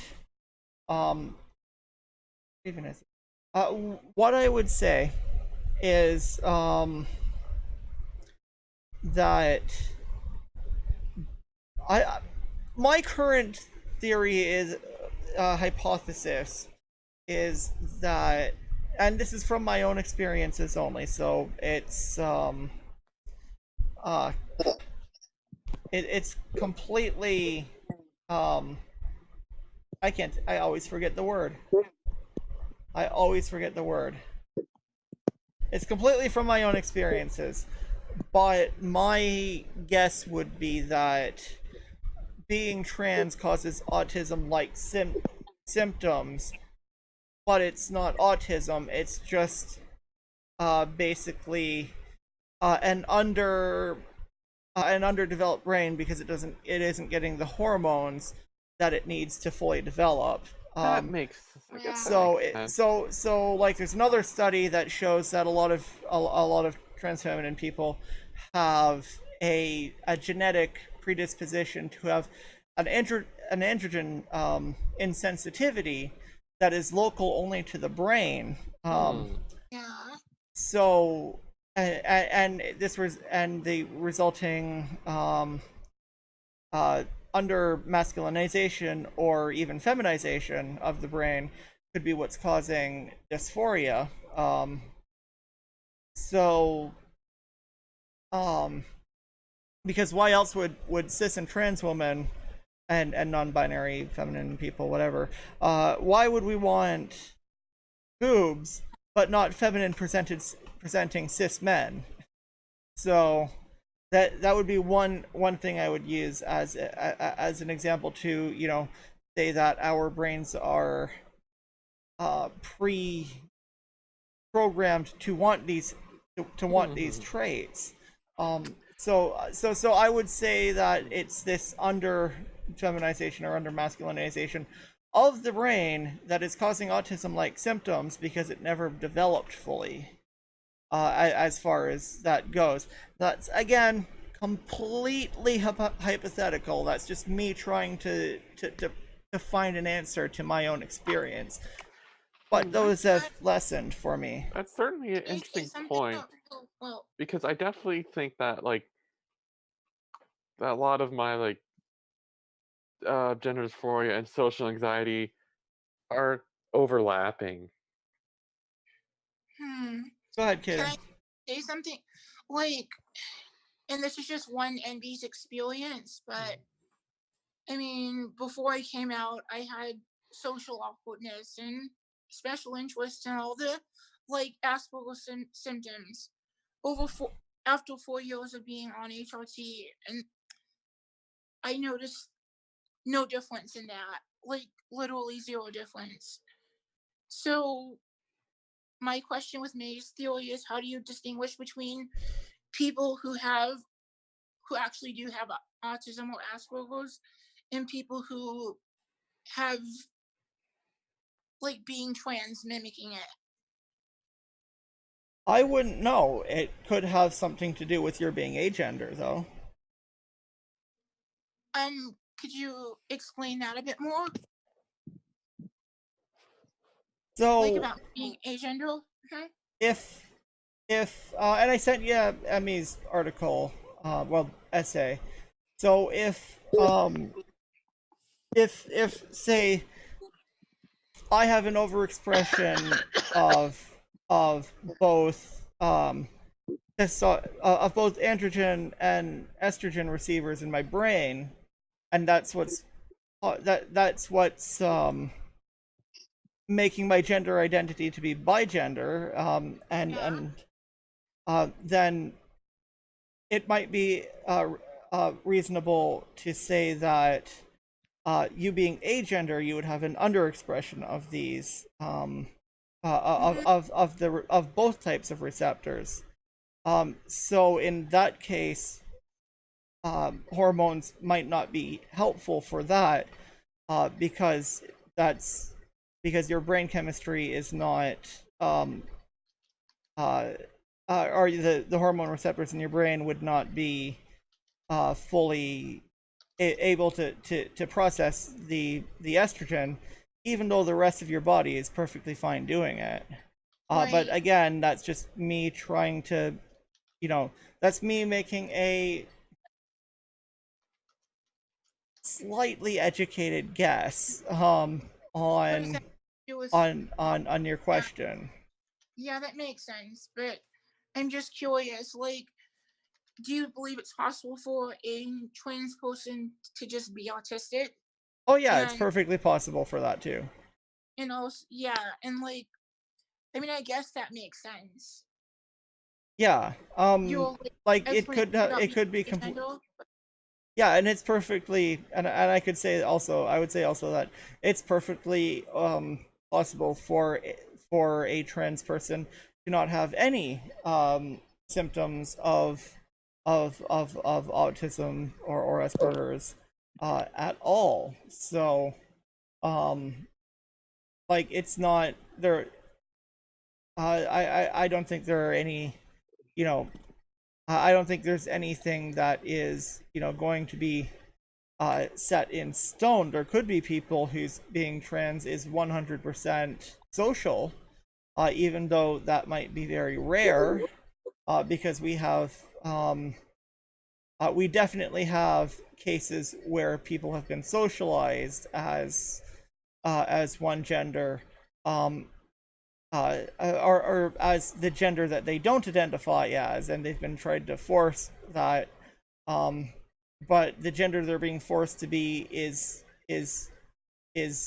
not their birth gender. So basically, people have attempted to force people into being trans, and that rarely, if ever at all, goes well. David Reimer is a good example of that.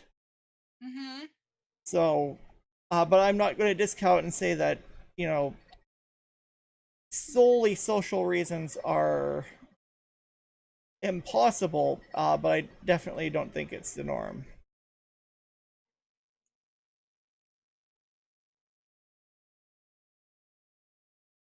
So, Yeah, that makes sense, and I very much appreciate the explanation. yeah. Now, like I said, the the alternating gender. I can't find the Facebook page, or I can't find the Wikipedia page. Someone might have deleted it or something. But as far as AGI goes, like I read all the stuff that people who've been classified as having it all have, and I fit most of it. So, Mm-hmm. that might be an interesting read. Especially if you have access to the whole article, which that you do. So, Yeah. Mm-hmm. And if you could have that fall off, the back of the truck into our Twitter chat, that would be, unfortunately awesome. I could definitely do that. I could make that happen. So, like, yeah, that I when I found that, it was extremely validating for me too. So, Wow. because it's like I experience all of this, you know, moving a little bit forward. There's a medical, there's a medical article published in medical hypothesis, but it was published in 2012. But there is something that was published that says that that explains me basically. Mm-hmm. So yeah, that really helped to I don't necessarily want to say validate, but confirm how, yeah, I guess validate is a good way of saying it. But yeah, that really like set me as, yes, this is what I am, and this is how I feel, and here's something that actually explains that. Right. So that was awesome when I found it about a year ago, actually. I think I could see some ways to make the distinctions there of the people with autism, and the people who might be experiencing social awkwardness from a trans or a non-binary position. I'm not sure if I could really put it into words very well, but social awkwardness is a huge catch-all for Indeed. a lot of different skills of relating to other people. Mm-hmm. Like, One of the big things that comes up with people with autism or Asperger's syndrome is, not identifying faces well, and not being able to really take the physical cues of facial expressions or body language. I'm horrible with body. I can do faces.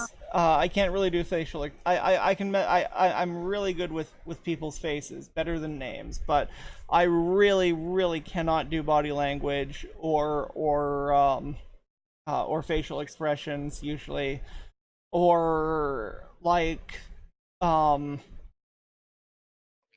even other forms of communication like verbal. I'm just Yeah. terrible at reading other people. Like, And I then can't. I'm also not always great at uh I'm getting a lot better, but I'm not always great Yeah. in discussing things, especially if I'm not familiar with the subject. Now, see, Like, I think those kind of things would fall more in the autistic spectrum things. Whereas if you have somebody who is trans but doesn't necessarily fall on the autistic spectrum, they may be socially awkward just because they're uncomfortable in their own body. yeah. So they would Well, tend to hide in a corner and be more introverted and pull back into themselves. well, yeah, but Well, this is all coming from my own experiences, and I was, Yeah. at least as far as my body goes, or at least as far as other people go, I was never uncomfortable like that. Yeah, I and was, I'm no expert on it. This is completely conjecture yeah. on my I mean, part. it makes sense. It makes sense, but it also is, uh, and that's definitely something that trans people go through a lot. Um, but I was more meaning that um, the uh, yeah. I was more meaning that being whatever causes us to be trans also causes us to be neuroatypical. Yeah, no, and I Well, can see I, what you're saying that, it could be something with the brain development or with hormone levels that could be affecting both conditions. Yeah. well, can I say something? Is it okay if I say something? Go ahead. Yeah, I just have like the same sorts of problems with socialization. Like, I can't recognize faces all that well. Um, like, people wave at me all the time. I think I've never seen them before, but apparently we've seen before. I definitely can't read any facial expressions. Um, I have like those sorts of issues as well, and always have. Like, I can't read emotions really well, and I, at least for me, I don't feel like those issues are just for me being trans. Maybe No. some of my social awkwardness is from years of living in the wrong gender, but I honestly don't think that this is just for me being trans. Yeah, and Maybe there's nothing saying you can't have both either, or just one or the yeah, other. indeed. Something else I would ask about is your glasses. Yeah, Have you needed glasses all your life? since I was like 5, yeah. Yeah. And I wonder if that's another thing that I don't know if this builds into the autism or if it's something unrelated or not, but um, if you don't have good eyesight when you're, a child, like even below the age 5, more like the ages of 2 to 5, I think is when most people learn these skills of reading facial expressions and body languages. So if you're not seeing people very clearly, at that age, you're not learning that these symbols are important as part of the Yeah, communication. But I'm pretty sure a lot of that's like already pre-programmed in the human psyche, especially since a lot of it is um, universal across all cultures. And like I have little problem seeing without my glasses. one of my eyes is good and one of my eyes is not so good. So I only need my glasses for like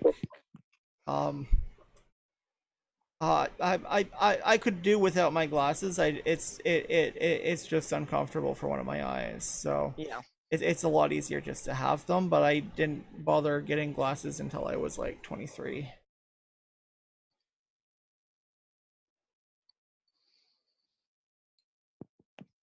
Wow.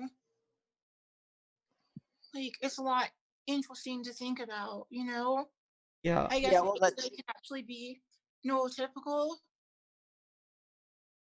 yeah. I think it's just a matter of there's a lot of different things that could be interplaying together, Mm-hmm. and they don't really know what causes autism at this point. Mm-hmm. Right. So it's possible it could be any of these things. It's possible that it requires some unique combination of these things. Yeah. That makes sense. Yeah, Hey, exactly. I am gonna have to get going pretty soon. Yeah. Okay. I Yeah, we wanna should get probably signing off wrap this too. up. We should Okay. probably. need I a- should have I'm wrapped this up hungry. probably about half an hour or hungry, more ago. tired. I gotta Okay. be up Well, at. Pressing almost. Yeah. But hey, it's been a lot of really good conversations. Yeah. yeah, I'm sorry I messed up the time zone. I came in an hour late, and Good. That's all right. it's I'm quite a sorry. I should have mentioned every time I say a That's good. time, unless it consider it Eastern time, unless I say otherwise. yeah. That works Hey, out perfectly for me. Yeah. bye. All everyone. right. So, yeah. Well, I'm just gonna wrap up end the stream. I'll put information in the stream that needs to be in the stream a little bit later, after I'm like probably tomorrow night, and if I haven't done it by then, I'll probably have forgotten. It depends how my work schedule looks tomorrow, because it'll either be a normal split shift or a full shift, and if it's a full shift, I'll probably forget it. Yeah, that is it for this one, and I hope everyone enjoyed the show. We should be back to our regular Sunday streaming next week. Have a good one, eh? Bye. Yep. Okay. Catch y'all later.